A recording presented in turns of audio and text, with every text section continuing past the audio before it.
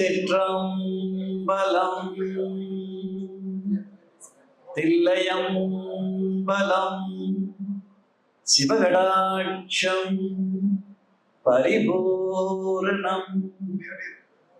அம்பர்க்கு அரசே ஒளிவர நிறைந்த யோகமே ஊத்தையன் தனக்கு வம்பென பழுத்தென் குடி முதலாண்டு வாழ்வர வாழ்வித்த மருந்தே செம்பொருள் துணிவே சீருடை கடலே செல்வமே சிவபெருமானே எம்பொருட்டு உன்னை சிக்கன பிடித்தேன் எங்களது அருளுவது நீ.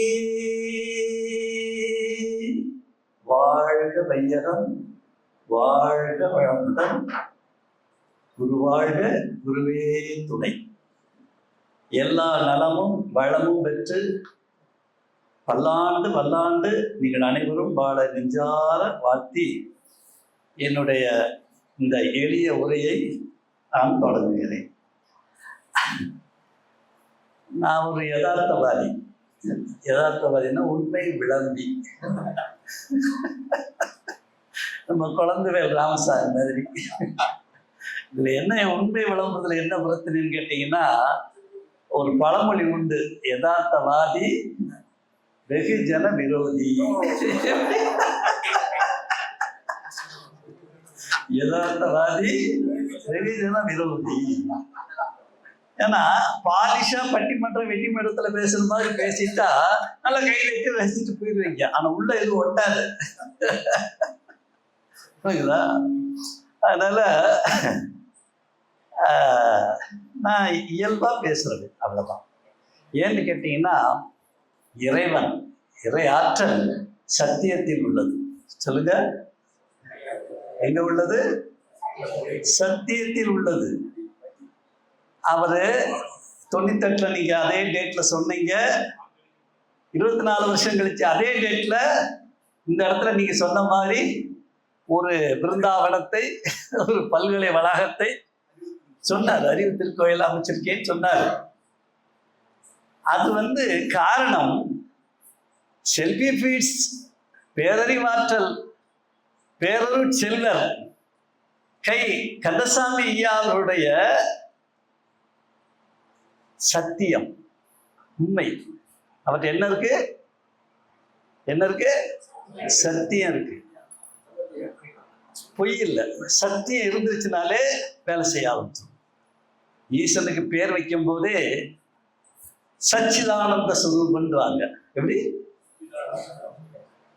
அதை பிரிச்சீங்கன்னா, சத் என்றால் உண்மை, சத்தியம். சித் என்றால் ஞானம். இது என்ன கோயில்? அறிவு திருக்கோயில். ஞானம். ஞானம் என்ற வார்த்தை பின்னால வந்தது. ஆதியில இதுக்கு தமிழ்ல ஞானத்துக்கு சேர்த்து அறிவுன்னு தான் சொல்லுவாங்க. திருவள்ளுவரே இறைவனை சொல்லும் போது ரெண்டாவது குரல்லே சொல்லுவாரு, பேரறிவாளின்றார்.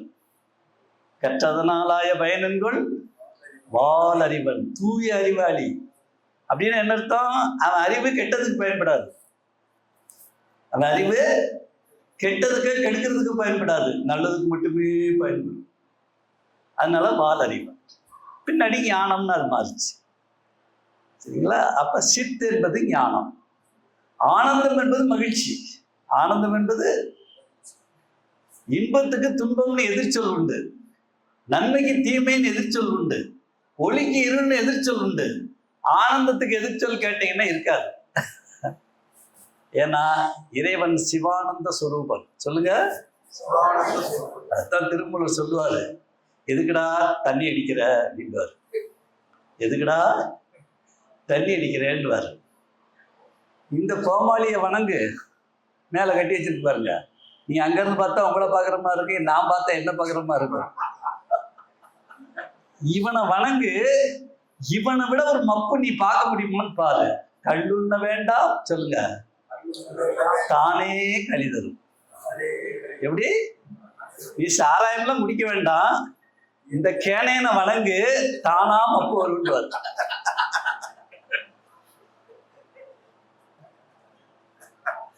துள்ளி நடப்பிக்கும். ஐயா சொன்னாங்க உட்கார்ந்துட்டு பேசுறீங்களான்னு. நான் உட்கார்ந்துட்டு பேசினா என் பேச்சு உட்கார்ந்துரும். அப்படிலாம் பேச மாட்டேன். நீங்க சொன்னீங்கன்னா 2 காலில் நின்று பேசுவேன், இல்ல ஒரு காலில் நின்று பேசிங்கன்னா இப்படி பேசிட்டு இருப்பேன். No problem. 76 வயசு. ஐயா என்னோட ஒரு வயசு மூத்தவர், எனக்கு அண்ணன். ஐயா கந்தசாமி எனக்கு அண்ணன். எங்களுக்கு வயசு கிடையாது, காலத்தை வென்றவர்கள். நல்லா தெரிஞ்சுக்கணும். நாம ஒரு 3 விஷயத்துக்கு கட்டுப்பட்டவங்க, காலத்துக்கு கட்டுப்பட்டவர்கள். சொல்லுங்க. காலம் ஆக ஆக வயசு முத்துமை நல்லா தங்க இருந்தவங்க அம்மாடி ஆத்தாடின்னு சுருங்கி ஆஸ்பத்திரியில் படுத்து மூஞ்சில் அழகு போயிடும், ஆரோக்கியம் போயிடும், எல்லாம் போய்கிட்டே இருக்கும். இல்லைங்களா? இடத்துக்கு கட்டுப்பட்டவர்கள். இப்போ இந்த இடத்துல பேசிட்டு இருக்கேன். இந்நேரம் ஊர்ல கோயம்புத்தூர்ல எங்க குடியிலிருந்து ஐயோ ஐயா ஊருக்கு போயிட்டாரு, அவரை பார்த்தா நல்லா இருக்குன்னு நாங்க போக முடியாது. இந்த இடத்துல இருக்கு. தூரத்துக்கு கட்டுப்பட்டவர்கள். இங்கே தான் 144 கிலோமீட்டர் வந்தா தான், நம்ம ஊர்ல 144 கிலோமீட்டர் போனா தான் கோயம்புத்தூர் போக முடியும், உடவை தூக்கிட்டு. வேகத்துக்கு கட்டுப்பட்டவர்கள். கார்ல போனா ஒரு 2.5 மணி நேரத்துல போயிடலாம், பஸ்ல போனா ஒரு 4 மணி நேரம் ஆகும், நடந்தே போனா 2 நாள் ஆகும். அது போற வேகத்தை பொறுத்து. அப்ப காலம் சொல்லுங்க, தூரம், இடம், வேகம், இதுக்கெல்லாம் கட்டுப்பட்டது தான் இந்த தேகம். ஆனா இத்தனையும் ஜெயிச்சா வள்ளலார் ஆயிடலாம், இத்தனையும் ஜெயிச்சா காகபூஜந்தர் ஆயிடலாம், மாணிக்கவாசகர் ஆயிடலாம், இயேசு பெருமான் ஆயிடலாம். அது ஜெயிக்கணும். மீண்டும் வருவேன்னாரு இல்லையா, உயிர் தெளிவேன்னாரு. 3வது நாள்ல வெள்ளிக்கிழமை உள்ள போவேன், ஞாயிற்றுக்கிழமை வெளியே வருவேன்னாரு. வந்து காமிச்சார். அப்ப என்ன அர்த்தம்? தேகத்தை அவரால் மீட்பிக்க முடிந்தது. அதனால ஐயா இன்றைய உரை என்பது ஒரு 3 பேர் பேசிட்டு இருக்க வேண்டிய உரை. அவர் நம்ம குழந்தைவேல் ராமசாமி ஐயா இருக்காரு. இவருக்கு அப்ப 24 வருஷத்துக்கு முன்னாடி எல்லா ஊர்லயும் எல்லாரும் பார்த்தோம், நிகழ்ச்சிகள் நடத்தினேன். அவருக்கு திரும்ப பார்க்கணும்னு ஆசை. வந்தாரு, நம்ம சந்திக்கணுமே, ஐயாவும் 27 வருஷத்துக்கு முன்னாடி பார்த்தது, நம்ம ஐயா பார்க்கணும்னு ஆசைப்படுறாரு கந்தசாமி ஐயான்னாரு. சரிங்கய்யா, நான் ஒரு நாள் ஃபிக்ஸ் பண்ணிட்டு வரேன், நம்ம ஜாலியாக ஒரு நாள் பேசிட்டு இருந்துட்டு வருவேன். நாங்கள் 3 பேர் தான் பேசுறதா இருந்தோம், ஒரு 300 பேரை எதுக்கு 3 பேர் பேசிக்கிட்டு இருப்பானே, ஒரு 300 பேருக்கு சேர்த்து பேசுங்கன்ட்டு இந்த நிகழ்வை அந்த பெருந்தகையாளர் ஏற்பாடு செய்திருக்கிறார். வாழ்க வளமுடன். நெஞ்சார அவர் கண்ட கனவு, அது நடந்த நிகழ்வு. இதைத்தான் கனவு காணுங்கள் அப்படின்னு அப்துல் கலாம் சொன்னார். கனவு காணுங்கள், அதுதான் திருவள்ளுவர் சொன்னார். அதாவது வெள்ளத்தனைய மாந்தர்தம் உள்ளத்தனையது உயர். ஐயா சொன்னாங்க, உதயகுமார் ஐயா, பெருமைக்குரிய கல்வி அதிகாரி ஐயா அவர்கள் சொன்னாங்க, மனம் நம்முடைய சிறப்பு அறிவு, அதை வச்சுதான் நமக்கு டியூன் ஆகும். அது நல்லா இருந்தா நம்ம நல்லா இருப்போம், அது துன்பம் அடைஞ்சா துன்பம் அடைவோம். அழகா சொன்னாங்க. ஆனா உள்ளம் என்பது என்னன்னு கேட்டீங்கன்னா ஆன்மா. சொல்லுங்க. அப்ப ஆன்மான்ற வார்த்தை வட இந்திய கலாச்சாரம் வந்த பிறகு சமஸ்கிருதம் வழியா வந்துச்சு. ஆதியில் ஆன்மாவுக்கு என்ன பேருன்னு கேட்டீங்கன்னா உள்ளம். எப்படி? மனசுல நினைச்சா பத்தாது, அறிவோடு சிந்திச்சா கூட பத்தாது, ஆன்மாவில சிந்திக்கணும். அவர் ஆன்மாவில சிந்திச்சாரு, உருவாயிருச்சு. இது யாரும் காரணம் கிடையாது, இயற்கை தயாரா இருக்கு. இயற்கை தயாரா, வாரி வழங்க தயாரா. என்னத்தை வாரி வழங்க போகுது? இங்கிட்டு இருக்க மண்ணை தூக்கி இங்கிட்டு போடும், அங்கிட்டு இருக்க கரன்சி பேப்பர் தூக்கி இங்கிட்டு போட்டுரும். எதுக்கு நீங்க பொருளாதார முறைன்னு சொல்றீங்க? ஈசன்ட்ட கேட்டேன், என்னையா இப்படிலாம் மக்கள் கண்டு வெட்டி அது இது கஷ்டப்படுறாங்க, என்னையான டேய் ஒரே ஒரு விஷயத்த விட்டான்.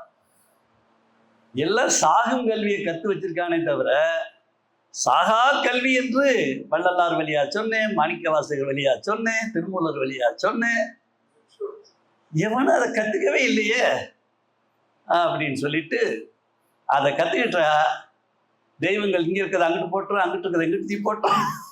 ஒரு பெரிய விஷயமே கிடையாது. உன் வேலை அந்த கல்வியினுடைய அடிப்படையை சொல்லிக் கொடு, அதான் உனக்கு அசைன்மெண்ட்னு சொல்லிட்டார்.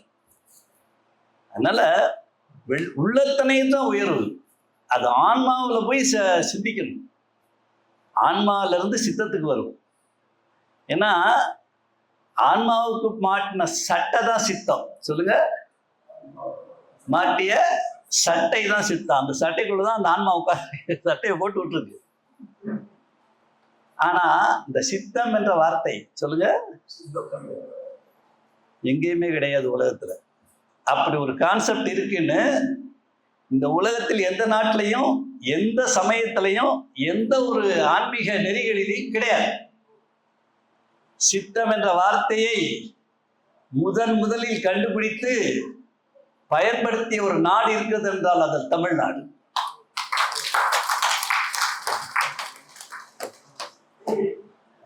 பயன்படுத்திய மக்கள் நம் சித்தர் பெருமக்கள். சித்தத்தை உணர்ந்தவன் சித்தர், அவ்வளவுதான். இதுல என்ன வேடிக்கைன்னு கேட்டீங்கன்னா, நீங்க ஒண்ணுமே ஆன்மீகத்துக்கு கற்றுக் கொடுக்கல, சும்மா டிவியை பார்த்துக்கிட்டு அப்படியே சும்மா மேலோட்டமா நீங்க ஒரு குழந்தைய வளர்த்து சங்க் ஃபுட்டா கொடுத்து, சாக்லேட்டா கொடுத்து, பீஸாவா கொடுத்து, பர்கரா கொடுத்து, KFC சிக்கன் எங்கேயோ சேர்த்த கோழி எல்லாம் கொடுத்து நீங்க வளர்த்தாலும் ஒரு தமிழ் மகனுக்கு சித்தம்ன்ற வார்த்தை தெரிஞ்சு வச்சிருப்பான். சித்தம் போக்கு,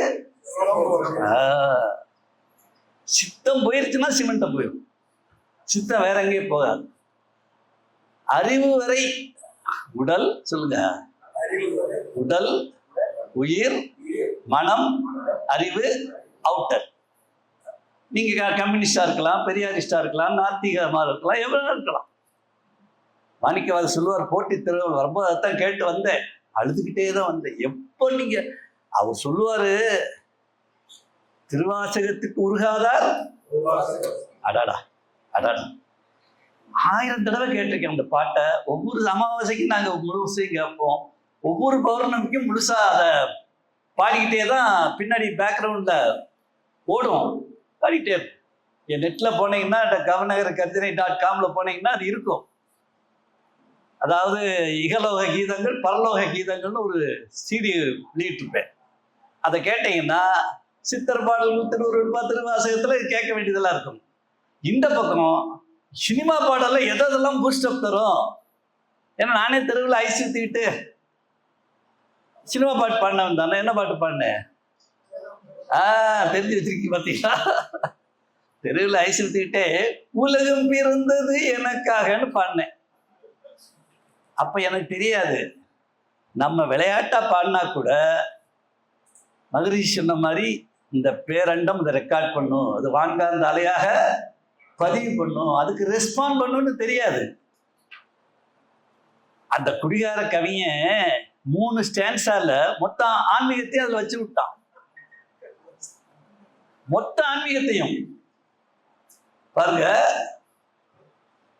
உலகம் பிறந்து எனக்காக, ஓடுமதி எனக்காக, மலர்கள் மலர் எனக்காக, அன்னை மடியை விரித்தாள் அந்த பூமி தாய், மடியை விரித்தால் எனக்காக. இந்த மடியை விரித்து இவ்வளவு வருஷம் கட்டி கொடுத்துட்டான் பூமி தாய்.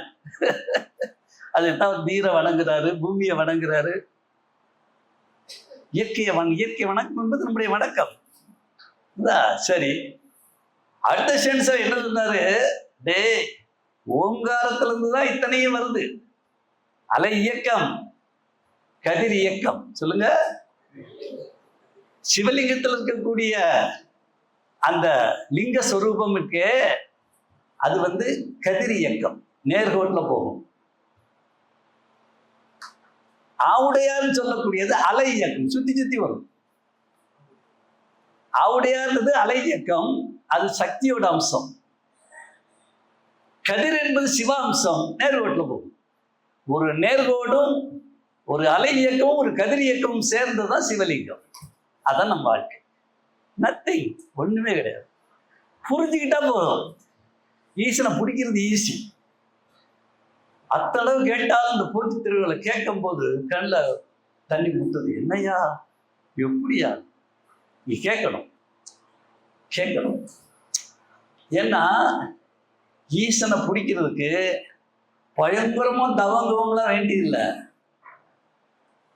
அழுதால் அவனை பெறலாமே. என்னது? உருக்கத்தோட அழுதா அவனுக்கு பிடிச்சிடலாம். உருக்கத்தோட அழுணுன்னாரு ஞானசம்பந்தர் சொன்னார். காதலாகி, சொல்லுங்க, கசிந்து கண்ணீர் மல்கி ஓதுவார்தமை நன்னெறி குறிப்பது. எத்தனையோ பேருக்கு ஐ லவ் யூ சொல்லியிருப்போம். அத்தனையும் டுபாங்கூர் ஐ லவ் யூ. என் பேத்தி எனக்கு 10 தடவை ஐ லவ் யூ சொல்லும். தாத்தா ஐ லவ் யூ, தாத்தா ஐ லவ் யூட்டு போகும். இது மாதிரி அந்தந்த வயசுக்கு தந்தபடி நம்ம ஐ லவ் யூ சொல்லியிருப்போம். ஆனா ஒரே ஒரு ஆளுக்கு ஐ லவ் யூ சொல்லிட்டேன்னா அதுதான் ரியல் ஐ லவ் யூ. இதெல்லாம் டுபாங்கூர் ஐ லவ் யூ.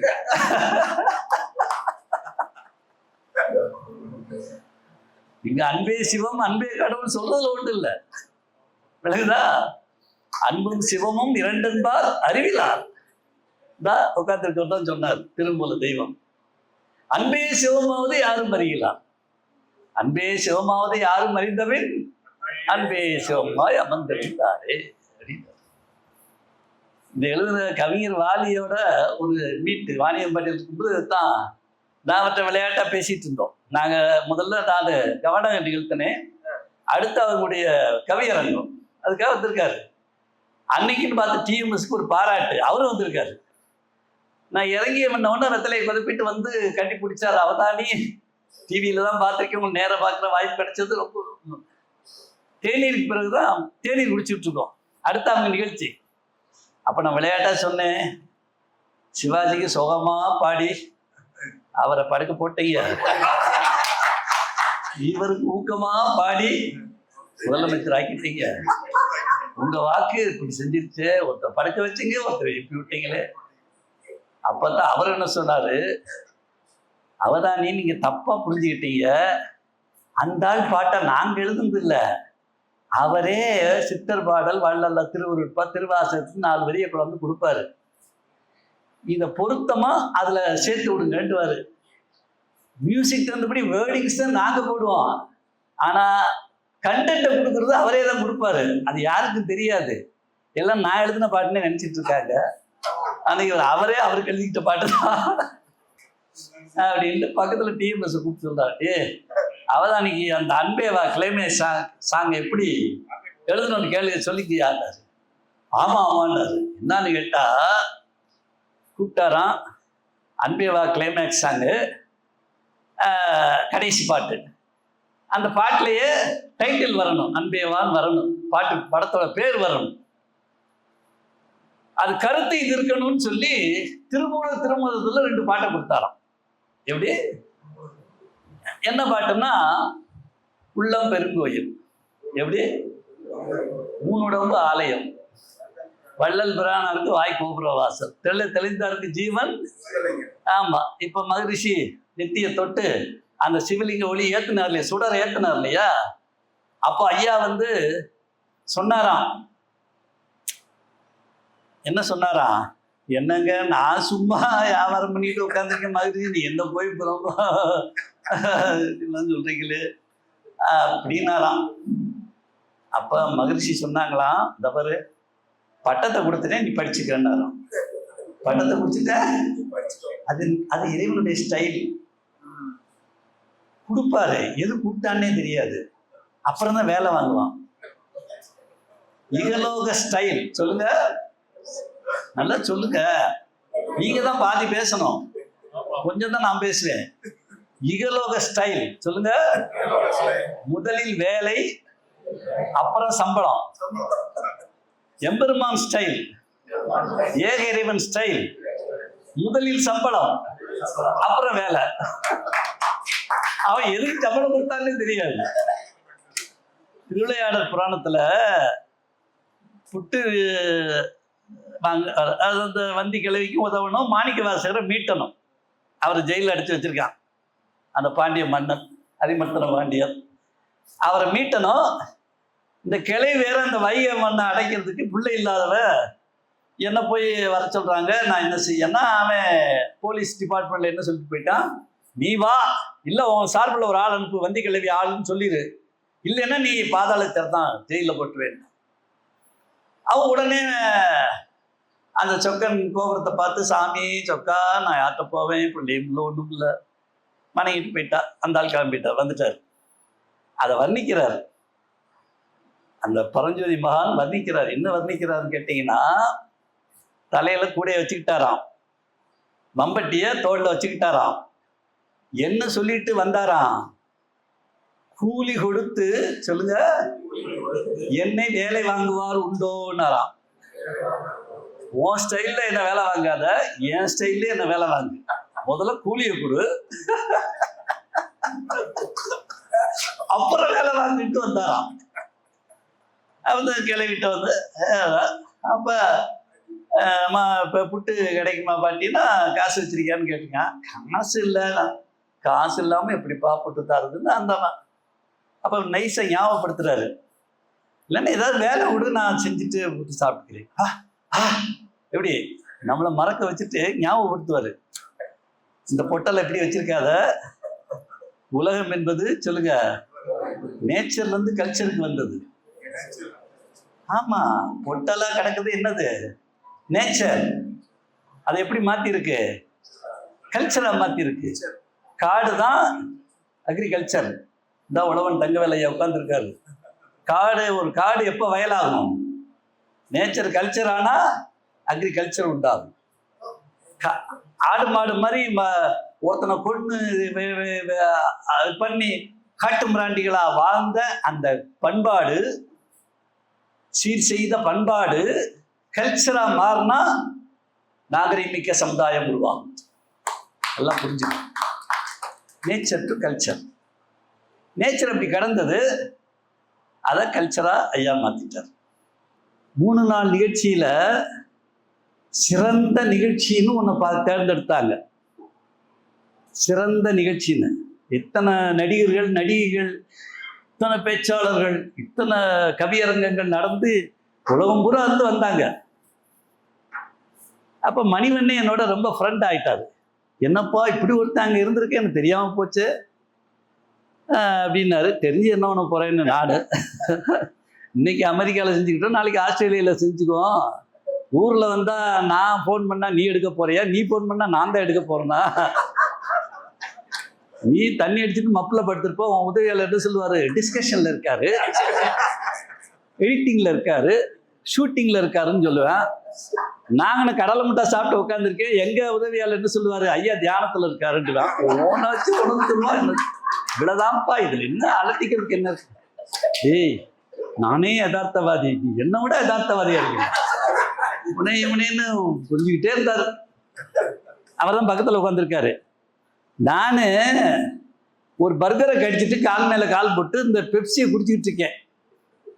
அங்க அவங்க மேடையில் ஏறி கடைசி நிகழ்வு, இந்த 3 நாள் நிகழ்வில் சிறந்த நிகழ்ச்சி எது என்று தேர்ந்தெடுத்து அந்த நிகழ்ச்சியை நடத்திய கலைக்குழுவுக்கு எழுந்து நின்று கைதட்டும் அந்த உயர்ந்த மரியாதையை கொடுக்க வேண்டிய நேரம் நான் இத்தனை ஆக்டர்ஸ் வந்திருக்காங்க, இத்தனை பேச்சாளர்கள் உலகம் புறாந்து வந்திருக்காங்க, இலங்கையிலேருந்து, மொரிஷியஸ்லேருந்து, கனடாலேருந்து, பிரமாதமா விடிய விடிய நடந்தது.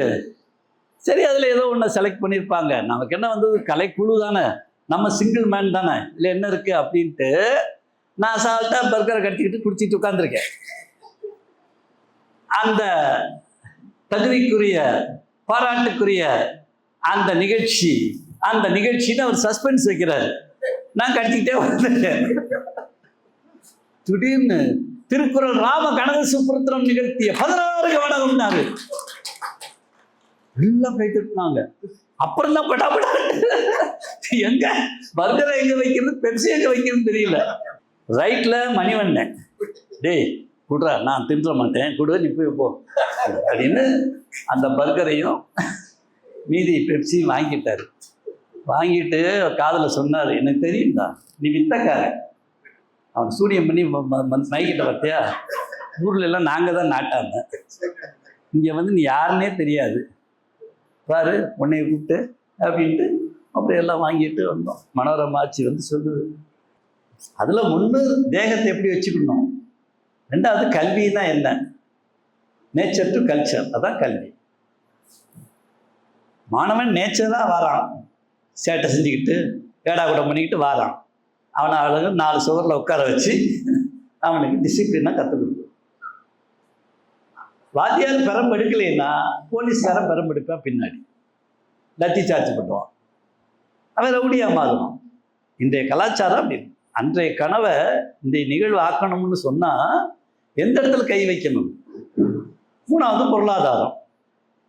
பொருளாதாரம் முன்னேறணும்னா என்ன செய்யணும்? குபேரனை எப்படி இருக்கிறது, புரியுதா? அது 4வது பொதுத்தொண்டு. எல்லாரும் பொதுத்தொண்டுன்னு சொல்ல முடியாது. பொதுத்தொண்டு செய்யறதுக்குன்னு ஒரு அதிகாரம் எழுதினார், குடி செயல் வகை. சொல்லுங்க, பொதுத்தொண்டு செய்வது எப்படி? 103வது அதிகாரம். 103வது அதிகாரம். அதுல சொல்லுவாரு, சூழாமல், சொல்லுங்க, தானே முடிவெய்தும், தன் இனத்தின் மீது, தன் மக்கள் மீது, தன் மண்ணின் மீது, தன் நாட்டின் மீது உண்மையான அன்பு வைத்து அதை உயர்த்த விரும்பும் அனைவருக்கும் முயற்சி இல்லாமலேயே கூட அந்த விஷயம் கைகூடும். சூழாமல் தானே முடிவெய்தும் தம் குடியை, சொல்லுங்க, தாழாது உயற்றுபவருக்கு. தாழாதுன்னா என்ன அர்த்தம்? தளர்ச்சியே இல்லாமல் தூக்கி நிறுத்தணும்னு நினைக்கிறாங்க பாருங்க, அவங்களுக்கு முயற்சியே இல்லாமல் ரவுண்டு கட்டி வருமா சந்தர்ப்பங்கள். இதெல்லாம் 98லேருந்து இன்னைக்கு வரைக்கும் அணுவா ஐயா அனுபவிக்கிறவன். ஆயிரக்கணக்கான உதாரணங்கள் எப்படி இறைவன் உதவுறாரு.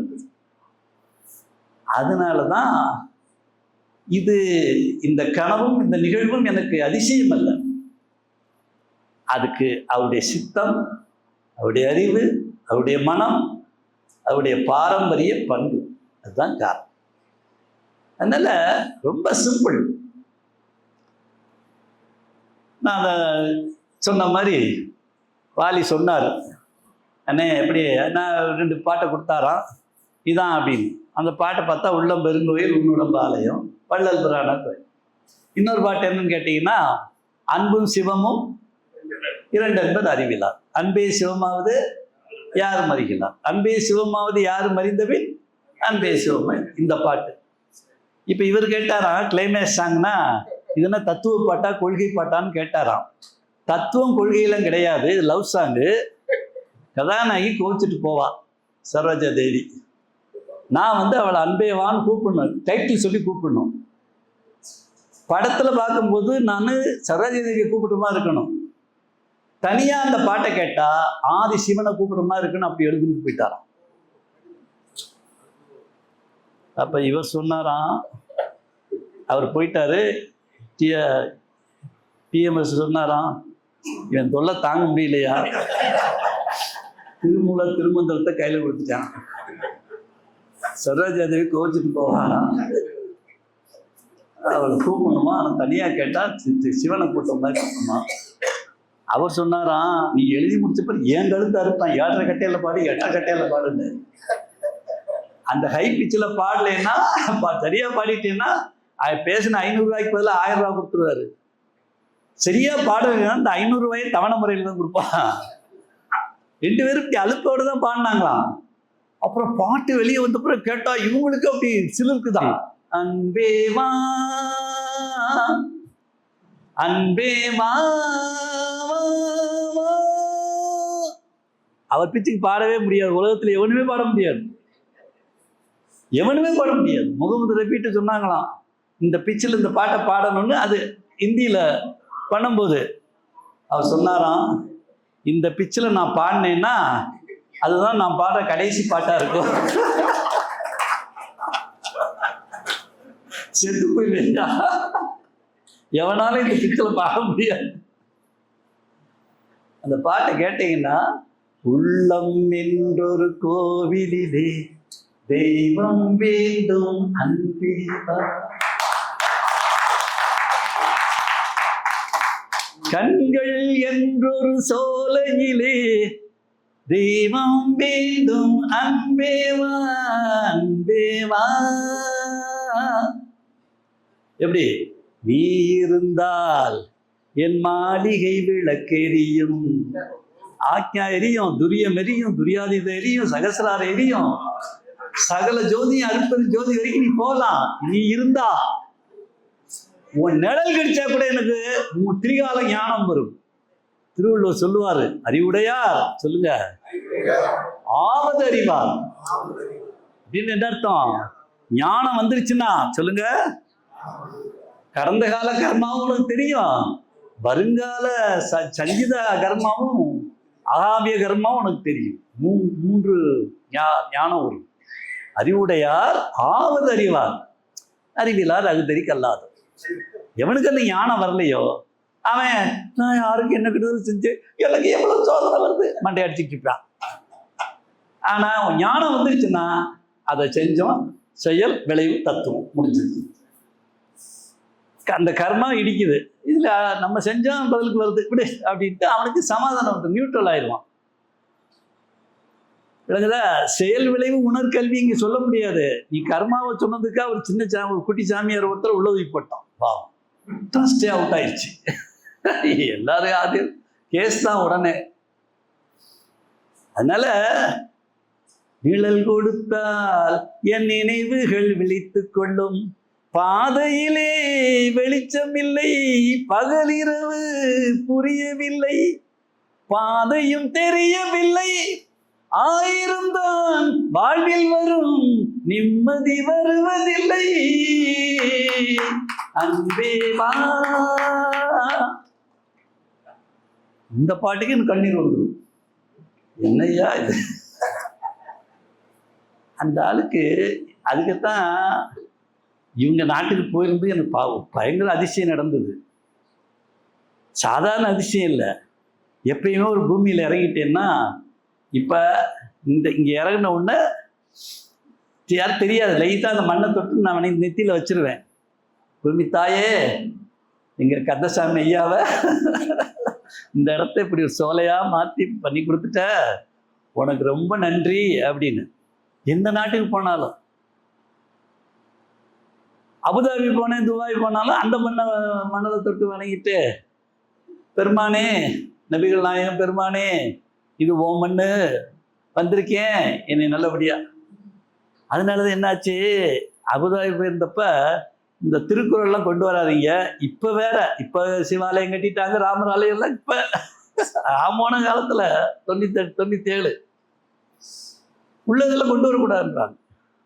கோபுரம்னு இருந்துட்டா, வேற சாமியார் படம் இருந்துருச்சுனாலே டஸ்ட்பின்னு திருப்பி கஷ்டம் செஞ்சு போட்டுருவான் அப்படி. அதனால அவங்க சொல்லிட்டாங்க முதல்ல, ஐயா இந்த மாதிரி புத்தகம்லாம் கொண்டு வராதிங்க, நீங்கள் ஏர்போர்ட்லேயே பறிமுதல் பண்ணி டஸ்ட்பினில் போட்டுருவாங்க, அதனால் வீண் நட்டம் ஆயிரும், அதனால் நீங்கள் வந்து நிகழ்ச்சி நடத்தி கொடுங்க போதும் அப்படின்னு சொன்னாங்க. நான் நம்ம வச்சிருக்கிறது திருமறை. ஒரு திருமறையை நான் அவங்க ஏற்றுக்கலைன்னா அது அவங்க தப்பு, நம்ம தப்பு கிடையாது.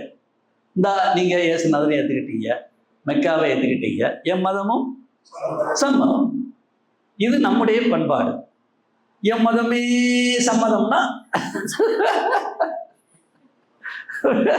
வேற மதமா இருந்தா ஜட்டி திறந்து பார்த்துட்டு சுற்றுவேன்னா சிக்கலாயிருக்குதா?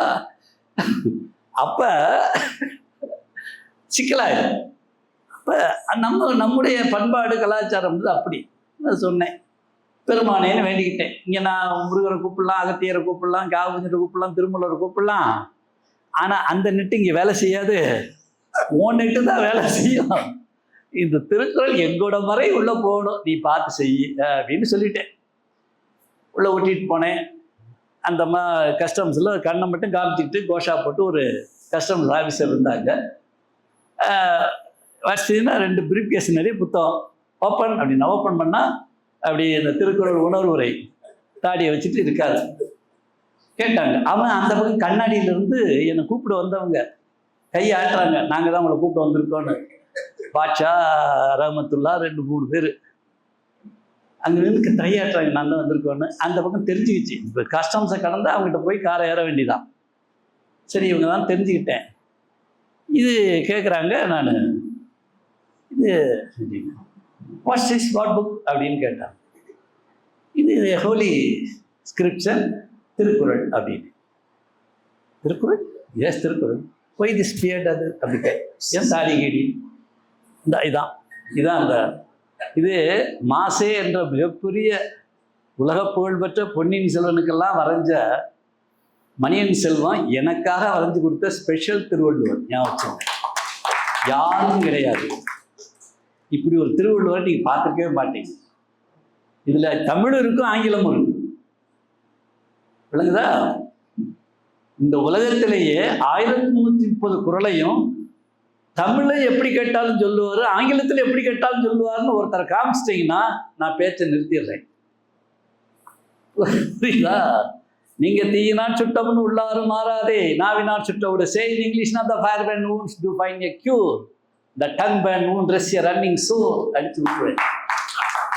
கொட்டனை தூரும் மணற்கேணி மாந்தருக்கு கட்டணை தூரும் அறிவு. As deep you dig, sand spring flows. As deep you learn, knowledge grows. செல்வத்துக்கு செல்வம், செவிச்செல்வம், அச்செல்வம், செல்வத்தில் எல்லாம் தலை. Wealth of wealth is listening wealth. It's the best of wealth on earth. 1330 நிறையா. அதனால தான் எனக்கு கேஸ். ஜெயிலில் வைக்கலன்னா அவ்வளோதான். ஆக்சுவலாக எனக்கு திருவள்ளுவர் விருது கொடுக்கணும். ஏன்னா இந்த மாதிரி புத்தகம் எழுதியிருக்கேன். அவங்களுடைய கண்டிஷன் படி புத்தகம் எழுதியிருக்கணும், ஆராய்ச்சி பண்ணியிருக்கணும். 2 புத்தகம் கேட்டது, 3 புத்தகம் இருக்குது. கேட்டதும் கிடைத்ததும் நாம் தான் கடவுள், இதெல்லாம் திருக்குறளோட ஜிஸ்டாக இருந்தது. புரியுதுங்களா? அவன் சொல்கிற கண்டிஷன்லாம் இருக்கு. ஆனால் நான் ஒரு ஜால்ரா கிடையாது, யதார்த்தவாதி, உண்மை விளம்பி. யாரையும் நான் அண்டி பழைக்கின்ற அவசியம் கிடையாது. அதனால அது மாதிரியும் வச்சுங்க. ஓகே, அதனால உங்களுக்கு நல்லா தெளிவாக புரிஞ்சுக்கணும். சத்தியம் இங்கே முக்கியம். அடுத்து தர்மம். சொல்லுங்க. தர்மம்னா என்ன? வடமொழியில தர்மம், தமிழ்ல சொன்ன அறநெறி. சொல்லுங்க. பகுத்துணர்வில் தொகுத்துணர்வு, நலவாழ்வை ஞான ஒளி, நம் கடமை என்னதுல சிறக்கணும்? அறவாழ்வின் நாட்டத்தை சிறக்கட்டும். புரிஞ்சுக்கணும். அறவாழ்வு, தர்மம் தவறாத வாழ்வு, அது இருந்தால் தான் அது சமூக நீதி. அது இல்லாததெல்லாம் சமூக அநீதி தான். சமூக அநீதி தான், சந்தேகமே கிடையாது. அந்த அறவாழ்வுன்னா என்ன? அறம்னா என்ன? திருவள்ளுவர் அறம், அறத்துப்பால் பொருட்பால், ரைட். வச்சு இளங்காடிகளை பார்த்தீங்கன்னாலும் அரசியல் பிழைத்தோருக்கு சொல்லுங்க, அதுதான் அறம். 3 நீதி இருக்கு. சொல்லுங்க. தனி மனித நீதி. சொல்லுங்க. அது தேவை சார்ந்தது, விருப்பம் சார்ந்தது, ஆசை சார்ந்தது. அது அடுத்தவனை பத்தி கவலைப்படாது. எனக்கு ஆசை இருக்கு, சாப்பிட்டேன். எனக்கு விருப்பம் இருக்கு, சாப்பிட்டேன். எனக்கு தேவை இருக்கு, எடுத்துக்கிட்டேன். ஆமா, இது மேலே கேஸ் இருக்கு. இது ஒண்ணு அறவாமை, நாட்டத்தை சிறக்க விடல. ஐயா அதுக்கு ஸ்டே வாங்கிட்டு உட்காந்துருக்கு. யோசிக்கணும். பேய் ஆட்சி செய்தால் பிணம் தின்னும் சாஸ்திரங்கள், பாரதியார் சொன்னார். பேய் ஆட்சி பண்ணா சாஸ்திரம் பிணம் திங்கலான்னு சொல்லும். கொங்கு மக்கள், தமிழ்நாட்டு மக்கள் நல்லா சிந்திக்கணும். சிந்திச்சு என்னைக்கும் தர்மம் தவறாத, ஆன்மீகம் வலுவாத, சமயத்தை விட்டு பிறளாத, திருமறைகளை விட்டு ஒதுங்காத அந்த நிலையை அடையணும். எப்பயும் ஸ்டாண்ட் பையா இருக்கணும். அதனாலதான் உங்களை உச்சியில வணங்குறேன். இப்ப என் ஜாதியை நான் வணங்கிட்டு போகலாம், வணங்க மாட்டேன். நான் முக்குலத்தோரை வணங்கலாம், வணங்க மாட்டேன். யாரை வணங்கினாலும் இதுக்கு மேல வணங்க முடியாது. ஆனா கொங்கு வேளாளர் மக்களை மட்டும் உச்சியில் வைத்து வணங்கும் அந்த தகுதி இந்த மண்ணுக்கு மட்டும் உண்டு. அதனால என்னையும் கொண்டாந்து உட்கார வச்சிட்டார். நான் சிவனேன்னு மதுரை மாவட்டத்தில் பிறந்து சென்னையில் இருந்தவனை அங்கே ஏண்டா இருக்க இங்கே வாடான்னு சொல்லி கோயம்புத்தூரில் வந்து உட்கார வச்சிட்டார். 2005 20 வருஷமா கோயம்புத்தூர்ல இருக்கு. கோயம்புத்தூருக்கு வந்து சம்மந்தமே கிடையாது, நிகழ்ச்சிக்கு வரதான் போவேன், அவ்வளவுதான். அதுவும் ஒரு திருவிளையாடல் தான். அதனால உங்களுடைய கனவு எதுவும் வீணாகாது. 3 நீதியில எந்த நீதியில நிக்கிறீங்கன்னு பார்க்கணும்.